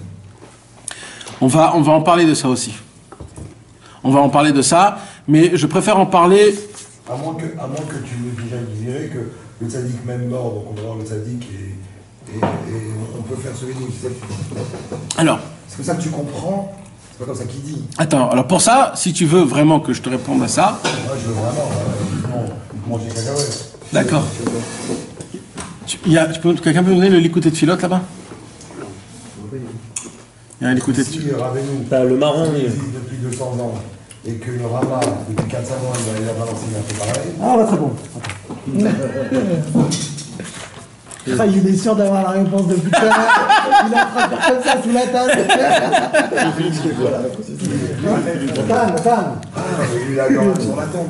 Est-ce que j'arrive pas à comprendre ta logique jusque-là? Je sens que là, il y a un petit pois chiche dans le potager, mon gars. Ça fait quand même un mois que vous m'avez pas vu. Ça fait un mois qu'on parle comme toi pour essayer de se... Mais quand t'es pas là, c'est lui qui fait toi. Quand t'es pas là, c'est lui qui fait toi. Non, tu me mens. T'es un exemple. C'est l'amour. T'es un modèle.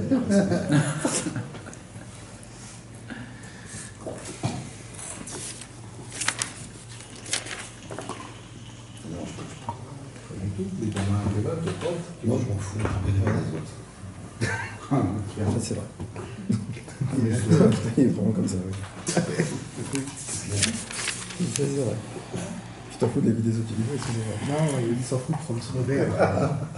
Mais ça aussi, c'est vrai.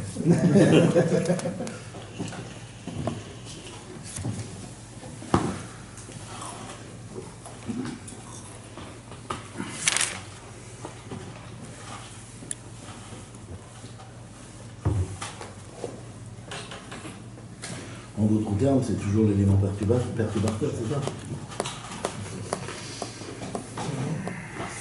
C'est choquant parce qu'ils ont changé quelque chose à cause de l'acrobate. Ça me choque. C'est pas que lui, c'est partout. C'est à chaque fois qu'il y avait des problèmes, des choses comme ça, pour pas que ça nous envahisse. Le Rama, il a 2000 ans, et le Rama, il a 400 ans. Donc le Rama, il a balancé la foi après Pas que lui. Il a dit que ça s'est fait progressivement, ça s'est pas fait d'un coup d'un seul. Regarde. C'est sorti des mœurs, en fait. j'ai raté le début. Ouais. Non, c'était les On peut différencier les autres. Rabbi Nathan, il a déjà vu qu'en vérité, il n'y a pas de vrai Talmid Chacham. Alors Rabbi Nathan, il dit sur cette prière-là, parce qu'il y a la prière numéro 4 qui va à la Torah numéro 4, donc il prie, Hachem fait que je puisse découvrir c'est qui cette personne-là que je dois me confesser devant, etc., etc., etc. D'accord? Alors là, il dit comme ça dans la fin de la prière, écoute bien. C'est dans l'écoute du 4. Ouais. Uvidui dvarim shit vadeti levanecha. Hachem, moi, je fais vidouille devant toi. Maintenant, ce que je te demande, Hachem, le vidouille que j'ai fait à toi, Hachem, devant toi, fais que ça soit comme si que je l'ai fait devant le tzaddik. Comme ça, il dit. Et tout ce qui doit se faire autour de ça. Maintenant, il y a un Likutei Moharan avec le Parparot et Chochma ou un... Non, ça je crois pas. Si, Ouais, c'est un peu technique ça, donc on les cache d'habitude. celui-là. Il y a à la fin ici. Le Parparot et Chochma, il donne un autre conseil. Il descend un peu plus bas. Il donne un peu plus bas. Non, Je crois pas. Non, mais là, c'est excuse-moi, c'est une situation. C'est-à-dire que le vidouille, devant le tzaddik, il est plus important que le vidouille devant Hachem. C'était pas idéal. c'est pas un truc de fou, c'est un travail à faire, c'est tout. C'est le travail du tzaddik. Ouais, ouais. C'est une solution d'urgence qu'on va pas. Nachon, pour l'instant. C'est quand même pas l'idéal. Non, c'est pas l'idéal. Ça reste quand même. Oui, mais c'est pour ça que je veux Tafka te faire montrer ce qu'il dit le Parparot le Chochma. Moi, j'ai fait un truc devant Israël à l'époque. Parce qu'il dormait. Quand il s'est réveillé, j'ai arrêté. Quoi T'as fait quoi J'ai commencé c'est illégal les bidouilles. Ouais. Devant Israël, comme ça, il dormait. J'ai commencé à parler. Quand il Incroyable. s'est réveillé, j'ai arrêté de parler. On va savoir s'il dormait vraiment. Mais Vada, il y avait un Chaver qui est venu. J'étais pas un rabbin comme avant, à l'époque, j'avais une valise. Ah, il y avait un Chaver à l'époque de Rabbi Israël, Tu te rends compte? où lui, il a fait le Vidouille Dvarim Il a dit on peut pas. en français. Parce qu'il savait que Rabbi Israël, il va pas comprendre le français. Il a répondu. Alors, chaque faute qu'il disait en français, il a crié en hébreu, Rabbi Israël. Ah là là. Devant tout le monde. Aïe aïe aïe. Devant tout le monde. Pour le mettre à l'aise. Il y avait un autre Chaver qu'il avait fait aussi, Vidouille Dvarim. Et Rabbi Israël lui a rien dit. Bon, il était content, il s'est assis à côté. Après, il y a des gens qui sont venus. J'ai compris. Il a dit reste pas à côté. Et les gens, ils sont venus, ils lui ont dit, asseyez-vous. Rabbi Israël, il dit, je peux vous raconter quelque chose? Je lui dis quoi? Il dit, je connais quelqu'un. C'est lui-même qui me l'a raconté. Et il est en train de balancer tout ce qu'il a dit. Il a fait comme ça. Vous vous imaginez comme ça maintenant? Le monsieur, il avait fait ça en français. Incroyable. Et il raconte. Et lui, il était là, en train de se mordre. Mais il n'a pas dit c'était qui. Il a fait faire une Mais il a fait faire comprendre que j'ai tout compris. Ne crois pas que parce que tu parles en français que je comprends pas. Incroyable. Il a fait tout montrer comme quoi j'ai tout compris. D'ailleurs, il est mort sur le bateau. Bekitsu, le Parparot le Chochma dans la Torah d'Alet, on l'apportera la prochaine fois, Bezrat Hashem, il dit Mefourash là-bas. Ce qu'il faudrait faire, il y a plusieurs conseils. C'était bien qu'ils aient fait devant Rabbi Israël. Alors, Rabbi Israël lui-même, il a fait devant Rabbi Israël Coordonneur. Et Rabbi Israël Coordonneur l'a arrêté tout de suite. Il l'a arrêté. Il a dit, dis-moi en général, mais pas en particulier. Le Brit, le Casse, comme ça, 2-3 trucs, mais pas en décortiquant. Et quand on... Hein? On peut tous les dire comme ça. Ouais, Rabbi Israël, quand on est venu et qu'on voulait faire devant lui, au début, il voulait pas du tout. Il voulait pas du tout, c'était très grave. Il a crié, il a dit, il n'y a que Rabbeinu qui peut faire ça, il n'y a que Rabbeinu qui peut faire ça, personne au monde peut faire ça. Donc, C'est Rabbi Israël Cardona qui a dit ça. ça c'est Rabbi Israël Ber. Après, quand nous on est venu chez Rabbi Israël Ber, Rabbi pour Israël faire Ber. devant, au début c'était Rabbi Israël Coordonneur. Quand Rabbi Israël Ber, il a voulu faire devant. Et après Rabbi Israël, quand il est venu, il a crié, il a dit jamais de la vie, poussez-vous, il n'y a que Rabbeinu qui peut faire, etc., etc. Et à la fin, quand nous les Français on est venus et qu'on était tellement pourris, et donc il nous a laissé faire le vidouille. Hein? Français. Non mais même en hébreu, après en hébreu, on faisait aussi en hébreu, etc. Mais aussi pareil, il faisait pas de ça un ignan, il voulait vraiment pas qu'on fasse en général. Nathan, quand tu vas voir un... T'as pas fini. Qui est baki dans la lacha de, je sais pas moi, de Tarata Mishpacha, tu vas lui demander un petit conseil. Il comprend. Il a capté que t'étais un peu en galère, tu vois ce que je veux te dire. Donc c'est quelque Ça part sert c'est à rien. un vidouille en vrai, non? Mais non. Ça veut dire c'est une faute à moitié qui est avouée, quoi. Tu vois, c'est-à-dire tu fais ton vidouille devant Hachem et tu vas voir le rab, tu prends la Etza et après tu dis voilà, t'as ton rab de ça, t'as le rab de Tu ça. vas pas chez le tzaddik pour faire ça, pour faire une Etza. C'est un conseil, Tu vas c'est pas pour autre prendre un chose. conseil, mon frère. Mais si, il a dit ça. Mais Vadaï que non. Avant, il a dit avant. Il y a ça, mais il y a, mis à part, Rabbeinu il explique, le fait est de faire sortir de ta bouche le vidouille. T'as pas besoin du tzaddik devant toi tout de suite. Ça veut dire aujourd'hui, quoi qu'il arrive, il n'y a pas ça. Alors j'explique, parce que là on parle trop de... J'explique.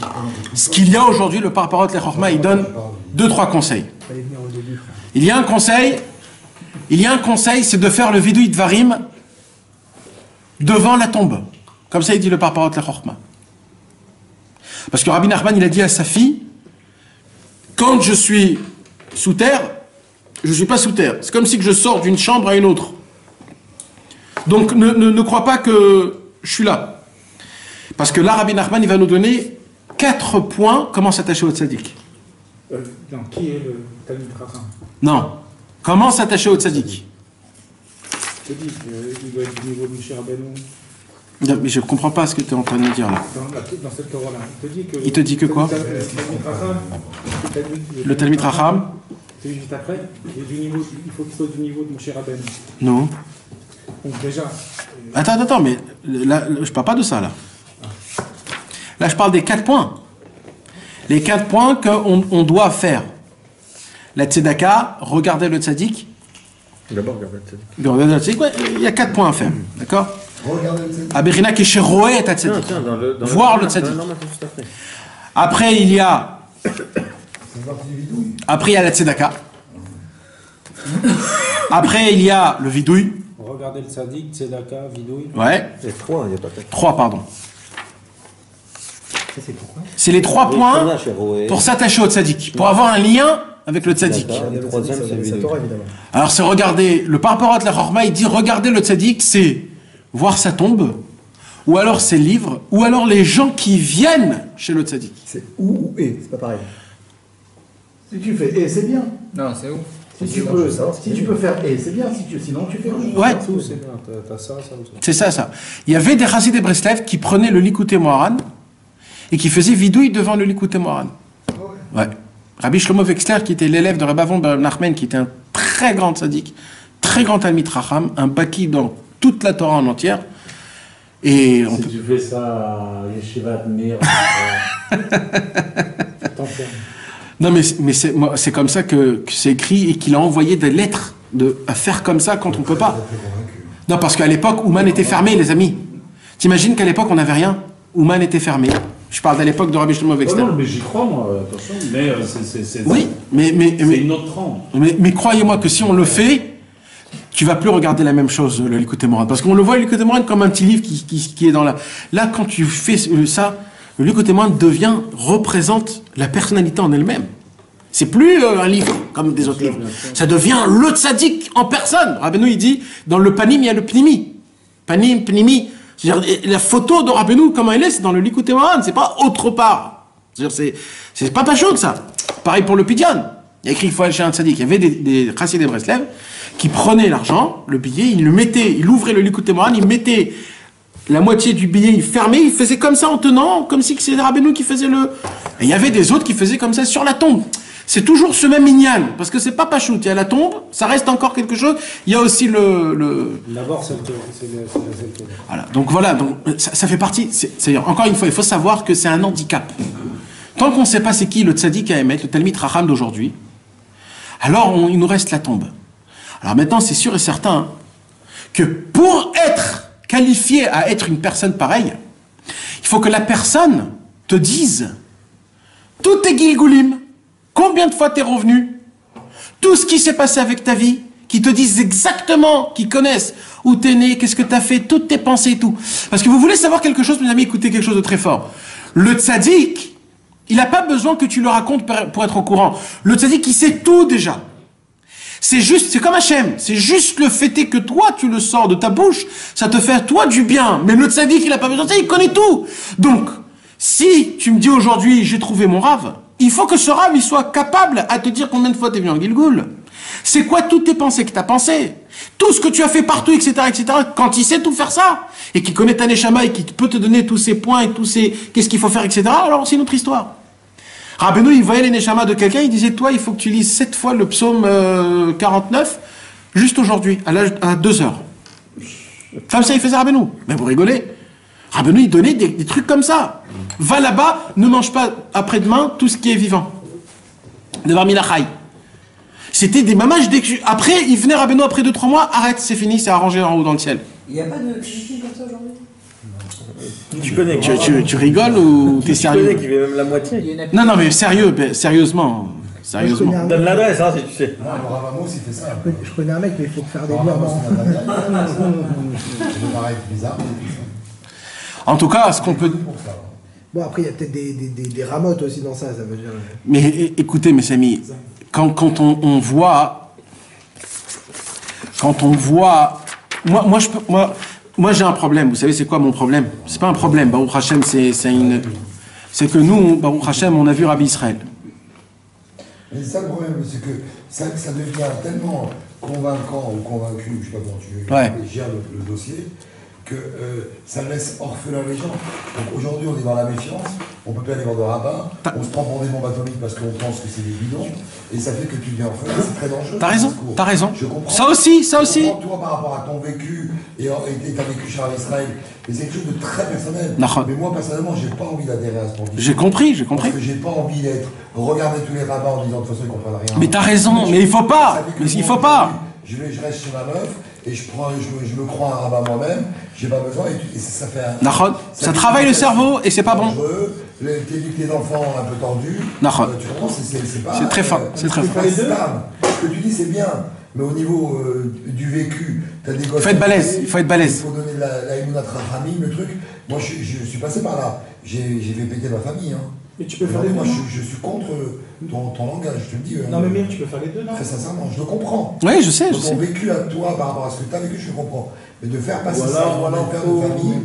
Moi, mes enfants, ils n'avaient pas confiance en aucun rabbin. Mais sans m'en vouloir, j'ai laissé passer ça. Et quand mes enfants ont grandi, de toute façon, tu ne vois pas les rabbins, c'est tous des escrocs, machin, ils ne comprennent rien, et ils grandissent comme ça, toi tu crois que tu les grandis intelligemment, et tu fais du mal à ta famille. Je te dis crûment. Je sais. Non, mais tu peux. Il n'y a pas de rabbin, il faut aller voir sur une tombe, aller prendre un papier comme ça. Tout ce qu'il dit, je comprends, mais nous, on n'est pas du niveau. Nous, le niveau aujourd'hui, si on va avoir un rabbin de quartier par rapport à nous, à notre niveau à nous, et qu'on va parler avec lui, c'est déjà pas mal. Oui. Sinon après, tu écoutes aucun, tu es allergique à tout le monde. Moi personnellement, c'est possible de vivre comme ça parce que personnellement. Il faut les livres, c'est tout. Si tu dis dans les livres, tu restes pas juste sur une idée. Non, parce que ton fils, quand il revient de l'école et qu'il il revient de l'école, il faut le mettre dans les livres. Non, mais quand il te raconte, on est allé voir Rav Antel et on est allé voir et comment il c'est le Gdolador, etc. Tu dis ok, tu sais très bien, c'est dans les livres. On le vit tous ça. Ça tombe, les gosses à la fin. Non, mais je sais ce que tu dis. Il faut être très discret, mais en tout cas pour les enfants et tout ça, il ne faut pas, en tout cas pour l'éducation. Ça, c'est une conversation qu'il faut en parler avec eux à l'âge de 18 ans. Ouais, il faut qu'ils soient matures. Il faut qu'ils soient matures, il faut qu'ils s'y connaissent. Quand tu sors d'un chiot, que je ne dis pas, tu écoutes la nature, mais quand tu vas quand même laisser transpirer ce genre de choses à la maison et tout ça. Et c'est un petit peu embêtant parce que quand ils voient, moi, pour me refaire des rabbins, on va dire entre parenthèses, ça fait que 2-3 ans. Et aujourd'hui, je dis à mes enfants, j'adore ce rab, le rab Tata, mais je suis comme un fou. Le rabbin, c'est mon rab et tout. Je me force pour laisser, et je vois je vois aujourd'hui que mes enfants, ils ont un regard qui a un petit peu changé. Qui avait disparu pendant une dizaine d'années. Mais tu peux aimer tout le monde et connaître leurs limites, je comprends pas. Tu peux aimer les gens et connaître leurs limites, c'est pas. Il y a un gap entre ce que tu te laisses transpirer à la maison et le discernement que tu as aussi dans une sikha comme celle-là de ce que tu prends. C'est pas parce que tu sors de là que ça y est, tu as une révolution dans ta tête, etc. C'est peut-être moins. Oui, j'ai vu. Si t'arrives et que tu renvoies tout en mode. Enfin, c'est sa façon d'être. En tout cas, quand la cavotte s'est arrivée, moi je suis pas arrivé. À force de te prendre l'électricité, moi pas pour moi. Tu veux plus. Alors tu vas dans les synagogues. Moi je suis ici à la main, donc aujourd'hui, on va cracher dans la photo, on va faire tata, j'y vais, les week-ends. Je travaille sur moi, je travaille avec mes enfants. C'est bon, mais je ne vais pas faire vidéo Ivarim. Je vais faire vidéo Ivarim. Ah oui, tu comprends. Non, mais n'importe qui. Non, mais c'est ça. Rabbeinu. Trouve-toi devant un Rav Pinto. Par rapport à ce qu'on sait. C'est lui qui va faire peut-être vidéo Dvarim. Va écouter Rav Pinto 10 minutes, un quart d'heure. Mais c'est peut-être lui, c'est peut-être pas, je ne parle pas de nom, mais c'est peut-être un Rav qui va pas chez Rabbeinu et qui n'a pas fait Tikkun HaKlalim qui doit faire peut-être vidéo Dvarim devant un élève de Rabbeinu. C'est peut-être le contraire. Oh. Peut-être. Je vais te raconter une histoire d'Ov. Écoutez mes amis l'histoire que je vais vous raconter. Écoute Meir, écoute.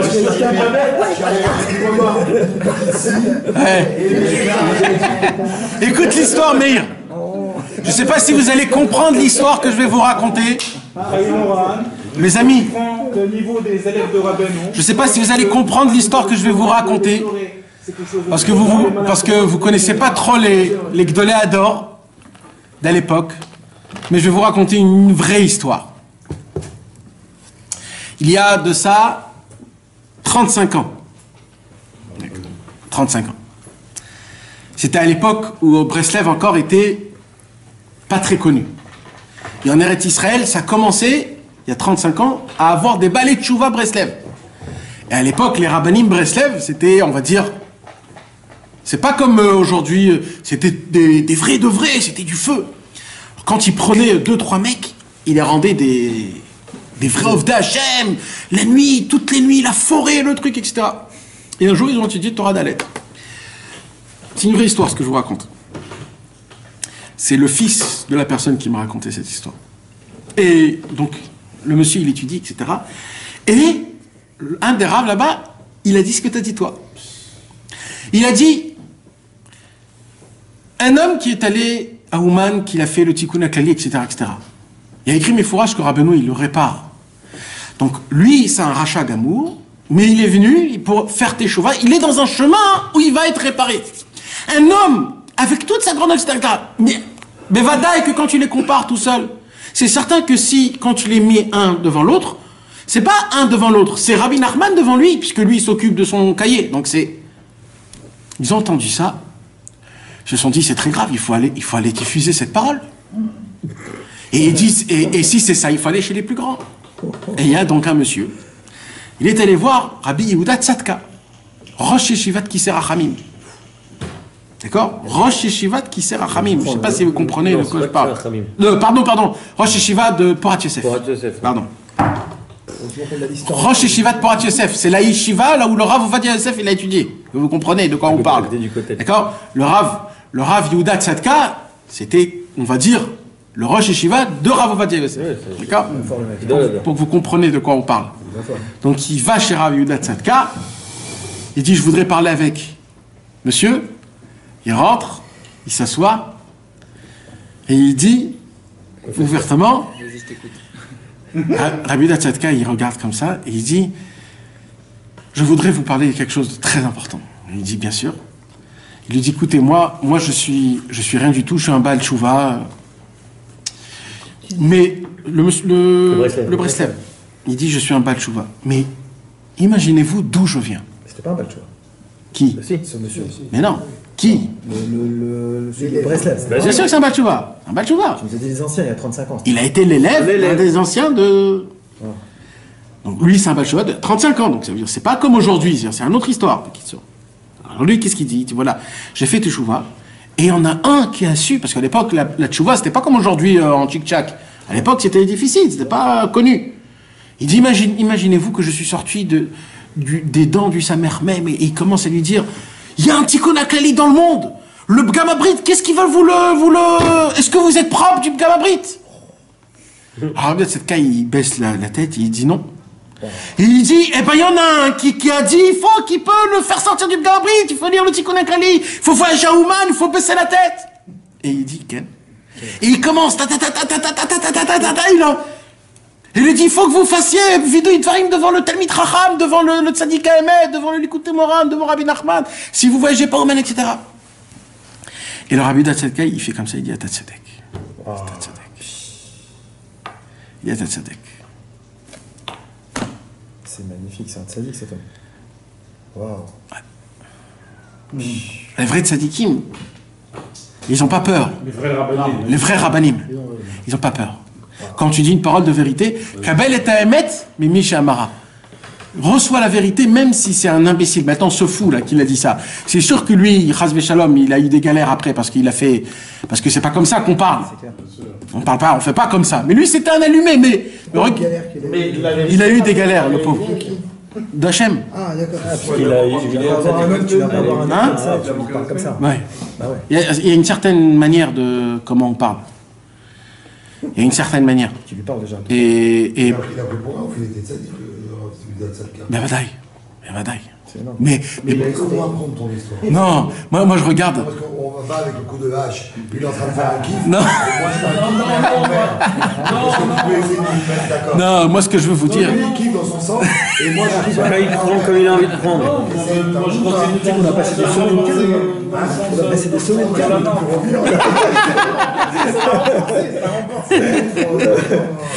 Je rigole. Non, mais c'est... Lui, t'as compris qu'il a fait un kiff, il croit que le petit fou... Non, pas du tout. Et moi, je dis, le rat de Sadka, c'est un vrai sadique. C'est ce qu'on a dit nous aussi. Donc t'as compris que ton coup de hache, il est pas bon. Mais moi, je suis témoin de moi-même par rapport au conseil de Rabbeinu, qu'est-ce qu'il a donné au niveau de ce vidou de Varim. Je sais où j'étais avant, je sais un petit peu comment je me suis perfectionné grâce à ça. Tout dépend de... Non mais d'où dépend... Pas par rapport à ce que tu dis. Mais est-ce que tu peux te retrouver devant un rab sans dire un nom et lui dire voilà, moi je viens de chez Rabbeinu, tu peux te confesser ou tu peux dire non, parce qu'on parle pas comme ça. Non, je ne me permettrai pas parce que je respecte énormément les gens. Est-ce que tu serais capable, si c'était autorisé, tu as une autorisation de 10 minutes. Ouais. Il y a une parenthèse dans les Jamaïm, tu es autorisé pendant 10 minutes. Tu pourrais le faire. J'ai pas besoin de ça. Moi, j'ai pas besoin de cette position.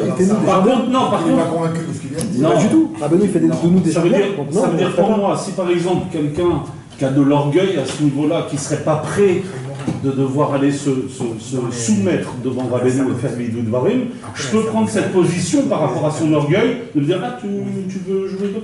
Vas-y, fais vidou de Varim devant moi, je vais t'aider. Par contre, un vrai monsieur, un vrai tzaddik, un vrai Talmid Chacham, et que jamais je me permettrai de cette chose. Pourquoi? Parce qu'il est vrai. Ce monsieur-là que tu as parlé, Nathalie. Et là, je lui dirais peut-être, monsieur, je vous jure, vraiment peut-être que vous allez devenir en allant chez Rabbeinu, peut-être voilà, ou alors directement dans la choule et puis faire vidéo devant un Kadosh Baruch Hu. Jamais je chercherai. Mais celui dont tu as parlé là, c'est juste quelqu'un qui a amené en l'air. Ça veut dire quoi il fait Zamra? Ça veut dire faire une bonne action. Il veut Béhémet l'aider, ça veut dire il veut lui faire ressortir. Ouais. Badaï. Il a peut-être pas eu la sémantique, les mots. Non, mais tu t'adresses, mon frère, tu t'adresses à un Sefer Torah vivant. Je sais pas, frère, je sais pas ce que c'est moi. Moi, j'ai jamais vu ça. Moi, ce que je te dis, c'est que lui, quand il est parti là-bas, il avait peut-être pas les mots, la forme, mais en vrai. Il a fait, oui. Il est pas allé pour son cavote de machin devant ce rave, là, il est parti pour le. Mais pour le mettre dans le droit chemin. Et je vais utiliser quelque chose. Ce Rabbi Yehuda Tzadka là, après 120 ans, il va venir le remercier à lui. Parce que grâce à lui, il a fait faire sortir des mots que jamais il aurait une occasion pareille avec un lien de... Moi, je suis resté sur le truc, il a eu des galères derrière. En fait. Non, il y a des façons de comment faire. Avec respect, avec honneur, avec ouvrir des livres, s'asseoir, poser des questions. Lui, il est venu, il a fait des remontrances. On ne fait pas de remontrances. Oui, mais ça aurait été des remontrances à quelqu'un d'autre. Je vois. La discussion qu'on a dans la voiture. Oui, alors ok, ne m'attrape pas par les mots, mais la façon de comment ça a été fait, ce n'était pas été fait... À part Nathan, si tu as la permission du ciel et que Hachem... Oui, il arrive à te le faire, mais Vadaï, il n'y a pas mieux que ça. Il n'y a pas mieux que ça. Rabbeinu, il a dit, c'est les grands qu'il faut que vous rapprochez, pas les petits. Il faut que vous parlez avec les grands, c'est les grands qu'il faut que vous vous rapprochez. Parce que quand vous rapprochez un grand, vous rapprochez toute son équipe. Et moi, j'ai besoin de ça. Ouais, mais d'un autre côté, frère, là, je rejoins un peu meilleur. C'est qui? Aujourd'hui, les grands? C'est qui? C'est fait, il cherche les chiens. Non, mais il y en a des. Là, vous comprenez qu'on est en train de dévier, de parler d'un autre sujet complètement, là. On parle de la fin qu'on parle de ça, parce qu'on est du pot depuis un moment, tu vois. Ouais. Ça dit qu'aujourd'hui, il n'y a plus vraiment... Fais-toi ripousse. C'est dans une recherche un peu de... Vincent Ripousse. On parle du Torah que tu es en train Non, mais ça veut dire, moi, depuis qu'on a parlé de ça, tous les jours, je écrit sur ça. C'est bien, c'est ça que c'est ça qu'on fait. Le ripousse, moi, j'ai pas l'équilibre pour chercher. Je te parle même pas de trouver, frère. Je te parle même pas de trouver. Oui, d'accord, c'est ça le pied. Aujourd'hui, Tarles, Béhémet la mytho, t'as pas le droit de faire vidéo de Varim devant aucune personne vivante. Donc il n'y a que ça. Tarles, la Etza, c'est ça. On a compris la fin, on peut en parler. Parce que tu restes comme ça. Le conseil définitif, mes amis, il n'y a aucune personne vivante jusqu'à la venue du Mashiach qu'on a la possibilité de faire. Ça, c'est clair. Donc c'était ça de Rabbeinu, on ne peut pas la faire à la perfection. D'accord. Mais on n'a pas le choix d'aller sur le... Exact, devant un livre, etc. Ou alors dans la forêt, devant Hachem, devant Rabbeinu, voilà, c'est vivant, devant ça reste pas vivant quand même. Si Rabbi Israël, de son vivant... Une autre forme de vie, je veux dire. Non, la seule différence qu'il y a entre un Talmid Chacham vivant dans ce monde et un Talmid Chacham véritablement vivant, c'est qu'on a une épreuve au niveau de la Emouna. Est-ce qu'il est toujours vivant véritablement? Rabbeinu Akadosh, qui a dit sur lui-même ce qu'il a dit. Ah, je suis fan. Ça veut dire... Non, c'est juste qu'on a une épreuve au niveau de la Emouna Chachamim qu'on a de qu'est-ce qu'il a dit, qui a dit sur quoi. T'es toujours vivant, t'as promis celui qui vient sur ton kever, ça veut dire que t'es toujours vivant, t'es pas seulement vivant à Ouman, à Rosh Hashanah. Ça veut dire que toute l'année, t'es vivant. C'est ce qu'il a dit. Ok, donc l'épreuve, c'est au niveau de la Emunat Chachamim. Donc chacun de nous, au niveau du mérite qu'on a, comme ça on est méritant d'avoir la Emunat Chachamim en perfection, et là on est méritant de devoir aller directement dans la forêt. C'est joli, c'est magnifique. Ou d'aller directement dans la forêt, directement de croire que... J'aime ton regard gentil. avec une Emunat. Non, c'est bien. Mais j'ai besoin que tu redescendes et que tu m'expliques comment c'est écrit. Parce que là, c'est clair. Tu vas aller voir un Talmid Chacham. C'est pas écrit. Mais c'est pas écrit dans cette Torah, dans la Torah d'Alet, c'est pas écrit, mais Forash, qu'est-ce que je viens de te dire, mais c'est écrit dans plusieurs autres endroits. Cette chose-là. Qu'est-ce que Rabbeinu il a dit sur lui-même, toutes ces choses-là. Je comprends ce que tu dis, mais là, tu me parles. On va que dans une direction des Mouna, donc tu es en train de dire que Rabbeinu vivant ou pas vivant, c'est pareil, c'est la même chose. C'est encore ok, c'est pareil. C'est qu'est-ce que Rabbeinu il a dit sur lui-même, mais c'est pas moi. Donc tu m'expliques même ce texte-là, comme quoi qu'il parlait de lui-même, qu'on aille sur sa tombe pour faire... Pas que sur sa tombe, mais aussi, moi je pense que aussi dans la... Pas que sur sa tombe, c'est-à-dire dans la forêt, ou alors tu sur d'autres Shimon Bar Yochai, je la réserve. Il dit, c'est bien d'aller voir le tzaddik. Là, il n'a pas parlé de tzaddik. Quand il dit, il faut aller voir le tzaddik, voyager chez le tzaddik. Là, on sait qu'il parle de lui, entre parenthèses. Mais là, il ne parle pas de lui. Il ne dit pas de tzaddik, il dit d'aller voir le Talmid Chacham. Dis. Je ne sais pas trop bien lire, mais c'est écrit. Qu'est-ce qu'il y a écrit? C'est Bechinat Moshe, qui est du niveau de Moshe. Voilà, bah bien, c'est qui ce Talmid Chacham? Il est du niveau de Moshe. C'est pas mais Zayn, regarde Zayn. Le Talmid du Chacham. Là, on parle Mamash de Moshe Rabbeinu, du niveau de Moshe. Comme Yehuda qui a fait vidouille devant Moshe Rabbeinu. Yehuda, il a fait devant Yaakov. Mais ça n'a pas aidé. Non, mais ça veut dire il y a quand même. Mais là, c'est la dimension, c'est pas. Yehuda, il a fait devant Yaakov avec nous. Ça n'a pas tellement marché. Et quand il a fait devant Moshe, ça y est, il a reçu son calme. C'est cool. C'est très difficile. C'est très difficile. Il faut trouver le top. Il faut trouver le top. C'est pas Stam. On ne donne pas la Neshama à un docteur qui commence ou qui s'y connaît à peine ou même qui s'y connaît mais pas trop. On donne notre corps à un docteur qui connaît la perfection. Aujourd'hui, tu n'as pas d'autre possibilité que de le faire sur le Kever. Aujourd'hui, ouais. Ou devant Hachem, ou devant Hachem, ou devant un Likutei Moharan. Pas une personne vivante. Malheureusement, pas parce que c'est ça, c'est parce qu'on ne connaît pas. On ne connaît pas. On ne connaît pas. Et nous, on n'a pas la perception du Rabbeinu vivant. Moi, si je peux me permettre de donner ça, parce que ouais. je suis en forme ce soir. Ce qui peut aider, c'est de marquer ses fautes dans les détails. Ah ouais, non mais ça... Si quelqu'un tombe dessus...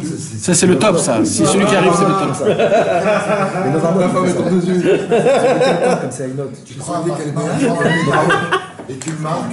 Je peux te dire que ça, c'est quelque chose de très particulier. Quand tu écris dans les détails tes avérotes, il n'y a pas mieux, il n'y a pas mieux. Ça va te coûter cher si on te l'attrape. C'est ça qui peut t'aider. Peut te faire chanter derrière. Malheureusement, orphelin. Ben, Met, c'est ça ce qu'il faut faire et venir à Rosh Hashanah et tout déballer. Nathan, comment on fait tchouva sur des avérotes qu'on ne perçoit même pas comme des avérotes? Je te donne un exemple. Moi, je regarde des films, des séries, c'est d'accord. Je n'entends pas quand tu parles. L'âge. Non. C'est ce que je t'ai demandé, mais... Comment tu fais tchouva sur une faute que tu... Ça dure Natania ici. Qu'est-ce qu'il faut faire? Comme je dis, moi, aujourd'hui, quand je regarde une série, par exemple... Donc dans ma tête, je suis pas en train de... pas comme quand je me mets en colère, je sais que la BMF, voilà, ça m'est venu, voilà. Alors il y a écrit dans le Noam Elimelech que c'était la Elula la semaine dernière. Et écoute. Écoute. Il y a écrit dans le Noam Elimelech comme ça. Il a écrit comme ça. Il a écrit qu'en vérité, toute la Torah, elle est encrochée. C'est-à-dire dans les mitzvot comme dans les avorot. C'est-à-dire il y a des mitzvot que tu ne peux pas les faire si tu ne fais pas avant 3-4 mitzvot spéciales. Tu comprends? Il y a une mitzvah, par exemple, que tu ne peux pas l'appliquer si avant ça tu ne fais pas 3-4 mitzvot spéciales. Tu n'as pas préparé avec d'autres. C'est encroché en fait. C'est un enchaînement. C'est connecté. Et il dit la même chose à l'envers. C'est-à-dire il y a des avérotes que tu ne peux pas faire tes teshuva dessus. Ou alors tu peux même pas les découvrir tant que tu n'as pas fait tchouva avant sur quelques avérotes spéciales. C'est-à-dire quoi, les découvrir? Les découvrir, c'est comme ce que tu viens de dire. C'est-à-dire, par exemple, un homme, il se trompe, il sait pas qu'il se trompe. Tu pourras jamais... Je sais que c'est interdit. Oui, mais c'est des niveaux, ça veut dire la même chose.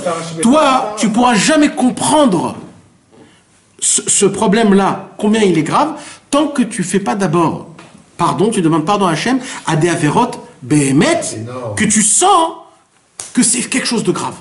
Au moment où tu vas commencer à faire tes chouvas sur cela, tu vas te raffiner, et là, le petit peu de mal que tu vas te faire, il va être très gros à tes yeux, tu vas dire, oi, qu'est-ce que je suis en train de faire? Il y a un casting de l'armée quand il y a eu la prise du Kotel, et qui n'était pas du tout religieux. Il y avait une tonne de religieux à l'époque. Ils sont tous pleurés quand ils ont pris le Kotel. Et lui, c'était un rilo, le gars vrai, il s'est mis à pleurer. Et le Rav, il est parti voir le Rav Boré. Il a dit, la mata boré. Il a dit, ani boré, biglal anilo boré. C'est ta question. Quand tu n'es pas conscient à quel point tu sais pas que c'est une avéra, tu as compris que tu n'as pas la conscience, ça veut dire que, pas toi, moi aussi, ça veut dire, mais ça veut dire que, comme il a dit la mitzvot, c'est pas mal comme exemple. Et ça c'est important parce que malheureusement on ne se raffine pas. Et en faisant tes chouvas sur des grandes choses, on commence petit à petit à se raffiner. Conscience que même si elle a mis 12 mal, ça veut dire que t'as compris que c'est énorme. Et on veut toujours tout attraper, tout toucher dès le début. Mais commencez déjà par les choses flagrantes, déjà par les choses qui sont très très très graves. Déjà de commencer à faire tes chouvas sur pas maintenant je dis un lachonara ou j'ai fait. Malheureusement on est très loin de ça.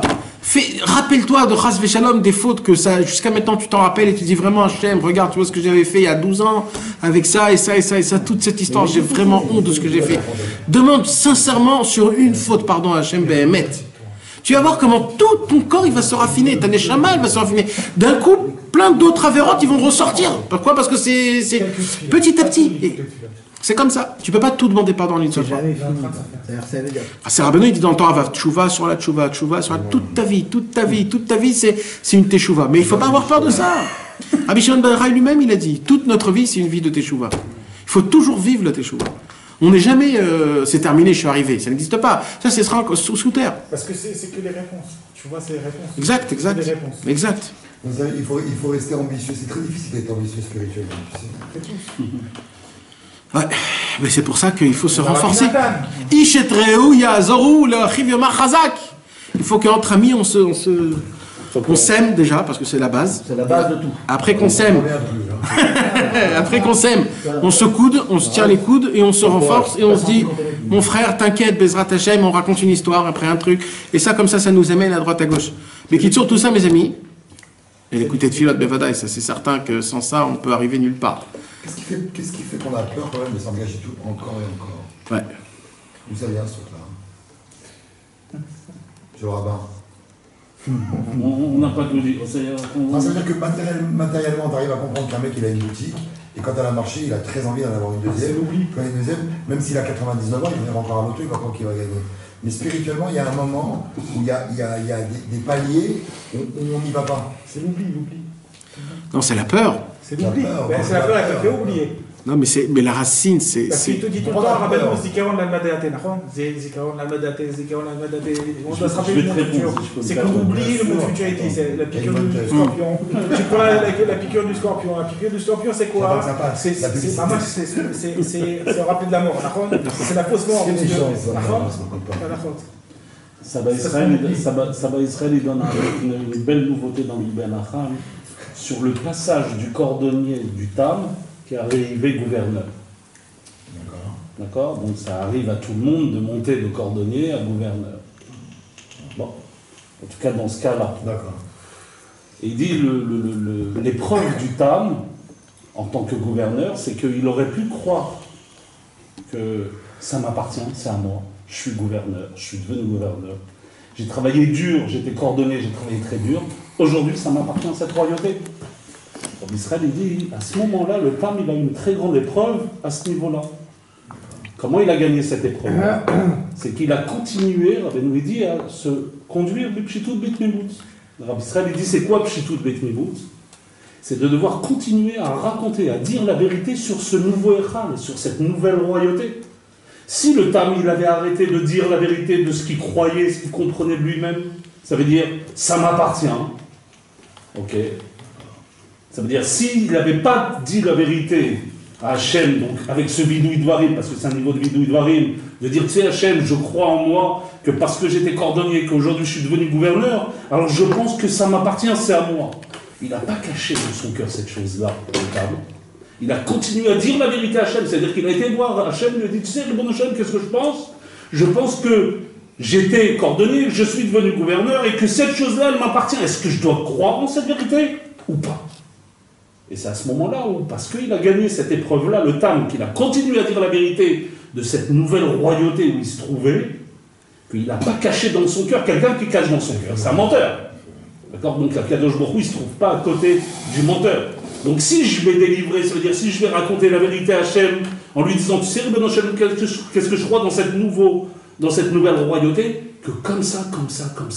Si quelqu'un il ne cache pas, il dit la vérité à Hachem, alors l'Israël dit, c'est là où le Tam il a réussi à passer cette épreuve, de ne pas croire que ça lui appartient complètement, qu'il a reçu en joug, ok, et que c'est là où, parce qu'il a continué à dire la vérité, qu'il a dévoilé ce qu'il aurait pu cacher, ça veut dire sa tartine beurrée, avec son émette, j'étais cordonnier, j'ai travaillé dur, ça apprend maintenant, ça m'appartient, il a été recherché plus le émette. Comme il a été recherché plus le émette, c'est là où le deuxième de la Malchoute, le Shenish à la Malchoute, il vient, il lui dit maintenant tu as gagné. C'est quoi? C'est que maintenant tu vas voir le roi parce que tu n'avais pas vu le roi. L'épreuve c'était qu'il fallait que tu continues à dire la vérité. Et c'est là maintenant où je viens et je t'annonce la couleur. C'est quoi? C'est que maintenant je vais t'apprendre les Chokhmot. Je vais t'apprendre l'étude de la Torah. Et maintenant tu vas voir le roi. Parce que tu n'as pas volé dans la caisse du roi. Tu comprends? Et donc qu'est-ce qu'il est devenu le Tam? Ministre. Maintenant, pour passer ministre, pour être ministre, t'as le piège de devoir être gouverneur et rester gouverneur. Quelqu'un qui a un magasin, qui a un deuxième magasin, le piège c'est quoi? C'est voilà, Hachem, je crois que comme ça, le deuxième magasin, comme ça et comme ça. Si tu ne vas pas dévoiler la vérité à Hachem de qu'est-ce que tu crois sur ce deuxième magasin, eh ben tu peux passer à côté d'un immeuble. Bémet, il t'a répondu. Tu comprends? Tu peux passer à côté d'un immeuble. On peut passer à côté d'un immeuble. Il t'a répondu. C'est pas moi, c'est le Hubert. Non, c'est quoi? Non, je sais que c'est pas toi.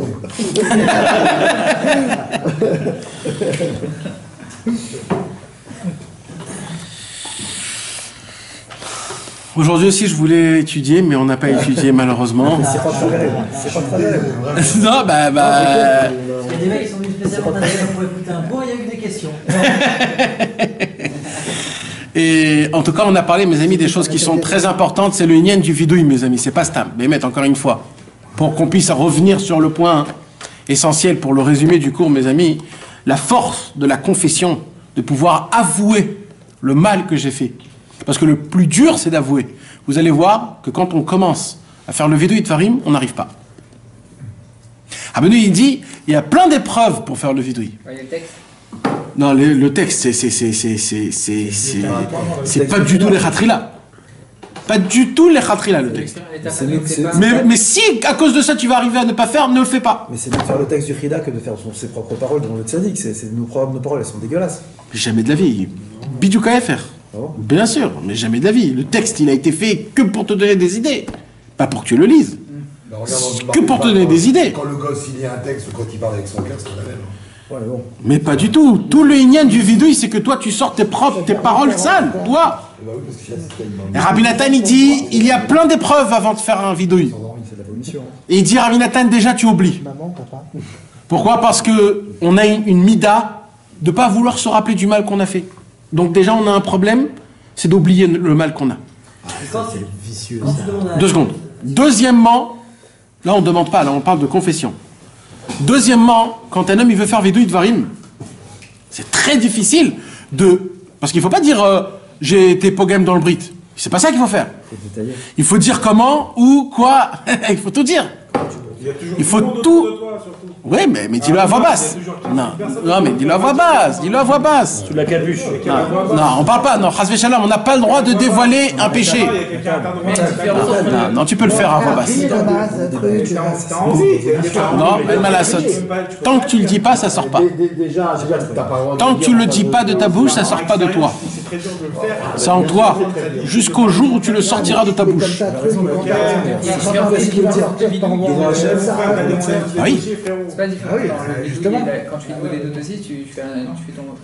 Oui, c'est plus un avouement qu'un nidbo des doutes. Il y a mis à part, il y a aussi un travail de vidouille dvarim devant le tzaddik, c'est une autre histoire complètement. Il y a de demander pardon à Hachem, c'est une histoire, mais après il y a le inyan de faire le vidouille dvarim, c'est une autre chose. C'est de venir chez le tzaddik et de faire le vidouille dvarim, bepshitout. Maintenant c'est pas d'Afka Aouman, mes amis, c'est quelque chose que vous n'avez pas compris. Hein? Ça peut pas être assimilé à l'idbo des doutes. Non, c'est aussi. Mais c'est deux choses différentes. Quand tu fais idbo des doutes, tu es pas yotzei des chova, t'es pas quitte. Il faut toujours faire devant le tzaddik après. Maintenant, quand on va à Méron chez Rabbi Shimon, tu peux faire le vidouille dvarim. Non, devant quelqu'un vivant. Pas devant quelqu'un vivant, j'ai dit. Bien sûr, tu peux faire dans tous les kivrot tzadikim. Mais j'ai pas compris. C'est quoi idbo des doutes? T'as pas parlé d'idbo des doutes là? Je sais qu'il y a une différence entre confession et idbo des doutes. Mais c'est pas une différence. C'est Pierre, Paul et Jacques. C'est des personnes. Vidouille, c'est vidouille. Vidouille, c'est vidouille. Vidouille, c'est une confession. C'est de dire ce que tu as fait. Ça, tu dois le faire devant un tzaddik. Non, mais il y a une partie de vidouille. Oui, mais c'est pas ça. On parle pas de ça. C'est un regret. C'est dans le hitbo des doutes, tu dois regretter, raconter à Hachem. J'ai fait ça, j'ai fait ça. Pas pourquoi? Pas parce que tu fais tes chouvas, parce que tu donnes tout à Hachem, tu dévoiles tout à Kadosh Baruch Hu, tu dis voilà, Ribono Shel Olam, c'est ça ce que j'ai entendu, c'est ça ce que je ressens, c'est ça ce que j'ai fait, je te demande pardon. Mis à part. Même ça, c'est très difficile. Même ça. Bien entendu. Mais maintenant, mis à part, Idbo des doutes, il y a aussi le vidouille dvarim devant le tzaddik, qui est une autre chose. C'est difficile sur le kever, c'est plus dur. Ça, c'est tous les jours. C'est plus dur. Vidouille dvarim? Non. Si t'arrives à trouver un tzaddik tous les jours. Non, mais il a déjà répété Moharan. Le moment où t'es isolé, alors c'est comment ce que tu vas dire? Quand tu le sens. Quand tu le sens. C'est au moment de la faute. C'est pas évident. Le moment de la faute, c'est devant Hachem tout de suite. D'accord. Et alors le vidouille dvarim, c'est quand quand tu fais avant de dormir. Oui. C'est le top. Si tu vas dans un kever chez un tzaddik. Non, mais parce que maintenant, quand tu vas chez un tzaddik, dans un kever d'un tzaddik par exemple, essaye de redire tout ce que tu as déjà redit. Tout ce que tu n'as pas dit devant le tzaddik. Tu comprends? Tu notes, il faut noter nos péchés, de dire devant le tzaddik, devant Rabbi Shimon Bar Yochai, devant le Harizal, la Tzfat, quand tu vas dans tous les tzaddikim. Tu as un paquet pour. Tu as tous les tzaddikim, tu peux faire devant eux, vidouille dvarim devant tous ces tzaddikim-là. C'est sûr que c'est compté comme le Talmid Chacham, comme le tzaddik Emet. Les 5 tzaddikim, tous les tzaddikim, c'est quelque chose d'énorme. Mais je m'excuse, mais ça arrive quand même beaucoup plus facile de s'adresser à quelque chose qui est pas vivant à nos yeux que de quelque chose qui est vivant. Un Maharet, c'est difficile de le faire. Ou Bit Chacham, un Maharet, c'est difficile de parler avec quelqu'un, de te confier. Donc là, c'est une embellie. Va savoir si ça fait pas partie de ça que Rabbeinu nous a créé. Que en fait, parce que comme vous allez jamais vous confesser devant quelqu'un, donc c'est que devant moi, et comme je suis pas là, faites devant la tombe. Peut-être une embellie.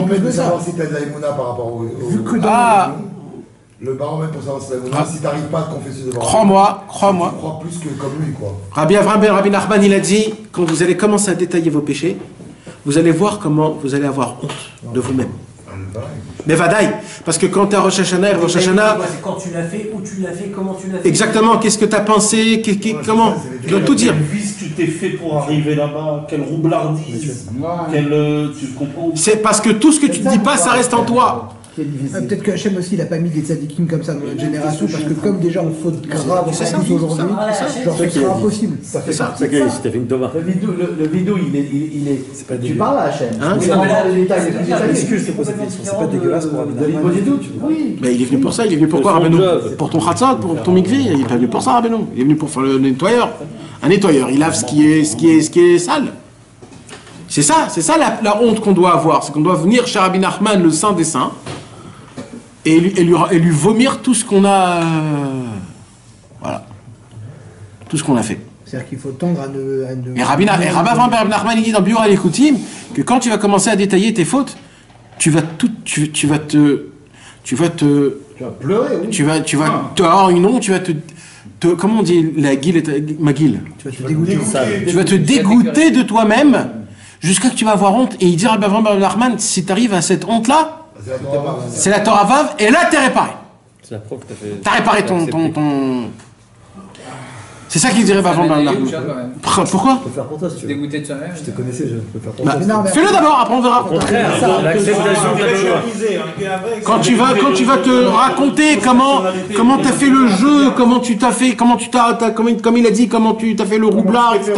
Tu vas voir comment tu te sens horrible. Mais plein de fois, on arrive à des moments où on se dit, mais. Donc, Ishma, ça peut être quand toi tu t'écoutes alors. Exactement, c'est ce qu'il dit. C'est ce qu'il dit Rabbi Avraham ben Nachman. Ouais. Qu'est-ce que t'as dit là? Je sais pas compris. Parce que Rabbi Avraham. Torah Vav, sur la honte, tu peux te le faire toi-même. La Torah Vav, elle te dit Ishma, Veidom, Veishtok. Ouais. Et quand tu dis Tafra, on peut comprendre c'est quelqu'un. que quelqu'un il te fait honte, tu te tais, tu réponds pas. Oui. C'est par rapport à ce qu'on dit. Ishma, ça veut dire que tu t'entends. Tu t'entends et t'as honte de toi-même. C'est ça que je dis. Elul. Magnifique. Il va falloir le faire maintenant. Maintenant, ce qu'il faudrait faire. Ou alors déjà de dire voilà, j'ai avancé, j'ai dit, j'ai pas beaucoup de. Mais mes amis, je peux vous donner un petit conseil. Non, mais être vrai au niveau de la honte. Tu peux pas imaginer. J'ai honte de pas avoir honte. Tu peux pas imaginer une bouffée d'air imaginaire que t'as honte. C'est pas vrai. J'ai pas honte, Ribono Shalom. Je suis un homme malade, je suis déposé, je suis. Mais je reconnais que ça, c'est pas bien. C'est tout. Je viens avec mon petit bagage. Tu peux pas imaginer d'avoir honte alors qu'on n'a pas honte. Il y a un petit conseil que je voudrais vous donner quand même en tant qu'ami. Et comment pouvoir essayer d'appliquer cette chose-là. Parce qu'il dit Rabbi Nathan, le problème quand on te dit maintenant il faut te confesser, tu viens pour te confesser, qu'est-ce qui se passe? Il remonte sur la surface tout ce que tu as fait pendant 20 ans, 30 ans. Et tu n'arrives pas. Alors tu dis en général, j'ai fait ça, tu te barres. Il y a un conseil, comme c'est ce que j'ai dit tout à l'heure à Moshe, c'est d'essayer de se focaliser sur une faute. Une faute que à tes yeux, c'est celle qui te fait vraiment le plus dur, le plus mal. Et de venir sincère et de mettre le paquet sur cette faute. Le paquet, mais quand je dis le paquet, c'est de donner toutes les informations, de raconter à Rabbeinu, voilà, comme ça, comme ça, comme ça, comme ça. Jusqu'à que tu dis, mais je peux même pas vous dire ce que je suis en train de vous expliquer, c'est trop horrible, je vous demande pardon, etc. Et là, vous allez voir qu'en enlevant, en faisant une croix sur une faute, vous ressentez dans le cœur une pierre vraiment qui est partie. Et là, tu vas commencer à respirer plus facile. Tu peux te sentir léger. Oui. Et vous allez voir qu'après, une autre faute, après une autre faute, petit à petit, faute par faute, c'est que comme ça qu'on va arriver. Parce que quand on va faire tout en même temps, on va pas arriver. On va pas arriver. Il y a encore de belles années devant toi, grâce à Dieu. Mais il faut pas avoir peur, mes amis. Il faut pas avoir peur. Il faut commencer. Il faut commencer parce que vous allez voir comment déjà on se débarrasse d'une faute. Vous allez voir comment ça nous enlève. Ça nous rend. Déjà, il fallait la chercher. Bah, tu la connais, celle qui te perturbe. Non, il faut la chercher. Quoi. Non, mais il faut dire aussi c'est très important, ça dépend d'où on vient de table. Il y a un niveau autour des balais de choix. Il faut dire d'abord les intérêts que tu as à devoir venir avouer cette faute-là. Pourquoi? Parce que voilà, je viens devant vous, Dieu Tout-Puissant, devant le Tamid Chacham, pas parce que je vous aime complètement, pas parce que j'ai une grande crainte que j'ai envie d'avouer mes fautes, parce que j'ai des intérêts qu'en avouant mes fautes, je vais recevoir ça. Déjà, il faut venir avec ce émettre-là. Pas genre avec une hirat shamaïm ou une honte ou une boucha qu'on a sur nous qui est complètement imaginaire. Il faut aller avec la vraie vérité.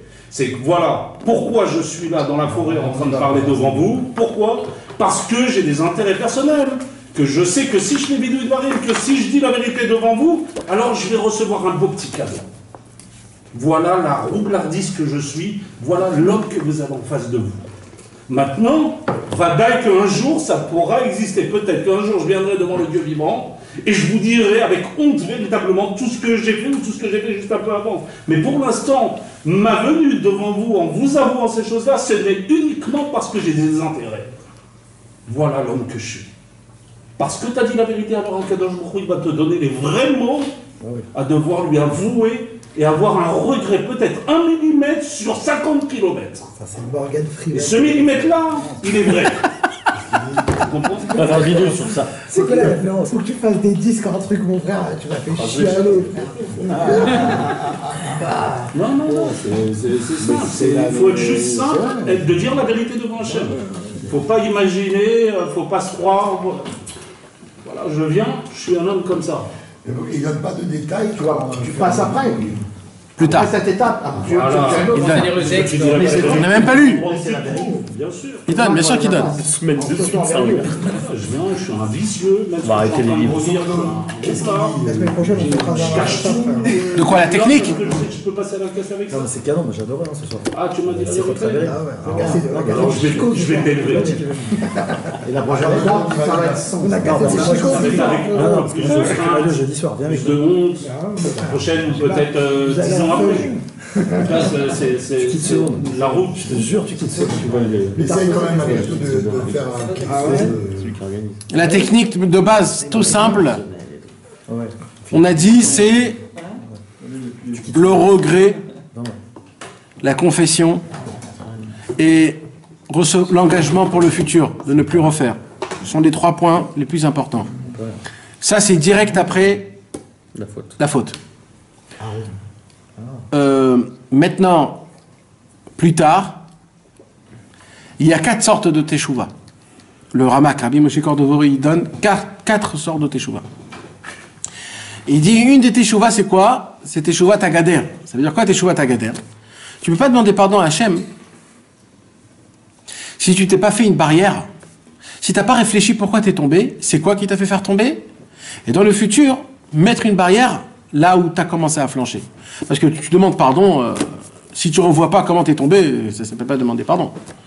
Donc quand un homme il voit qu'il tombe parce qu'il a cet ami, c'est cet ami qui fait faire tomber, de faire teshuva, ça fait partie de essayer de déconnecter ce contact. Que en fait, c'est à cause de lui que tu tombes. Tu ne peux pas demander pardon et après quand tu le revois, le monsieur, tu comprends? Un homme, quand il entend des musiques qui sont pas bonnes pour lui, on va dire. Tant que tu t'enlèves pas ta radio ou tu jettes pas le disque, tu peux pas demander pardon s'il est juste à côté de toi ton disque, tu comprends? Et ainsi de suite pour tous les autres, des choses pas bonnes qu'on voit, etc., etc. Si c'est à cause de ça tu demandes pardon sans enlever la chose, ça s'appelle pas de demander pardon. Donc il y a aussi une tchouva tagader. C'est quoi tchouva tagader? C'est d'essayer de se mettre une... Mais toutes ces choses-là, c'est des choses qui sont autour, que le tzaddik lui-même, il va t'emmener dans ces endroits-là. Par contre, la première chose qui commence de tout, pour qu'un homme il puisse avancer, pour que... Rabbeinu, il a dit, si on ne me raconte pas, je peux pas aider. Donc ça, il a dit, mais fourrage. Ça suffit pas de me dire j'ai mal. Tu rentres chez un docteur, tu dis au docteur j'ai mal. Ok, c'est pour ça que tu es là, mais où? Tu dis pas. Plus tu vas dire, plus il va savoir. C'est quoi? Si tu lui dis j'ai mal à la tête, bon, je peux rien faire avec ça. Par contre, tu lui dis c'est juste avant, j'avais pas bu, ou alors j'ai eu trop ça. Alors il va détecter d'où vient ce mal de tête. Si c'est un manque d'eau, si c'est un manque de sommeil, si c'est trop de je sais pas quoi.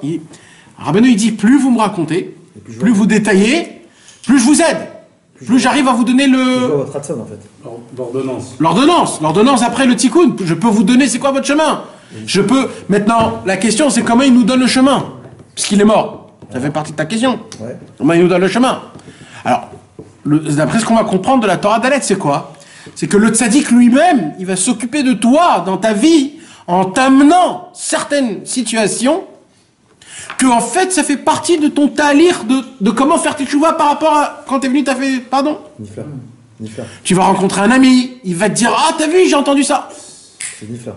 Après non. Ça fait partie, c'est Rabbeinu, il dit je vais te mettre des points de repas, sois juste fin pour essayer de les voir. C'est ça, il des doutes.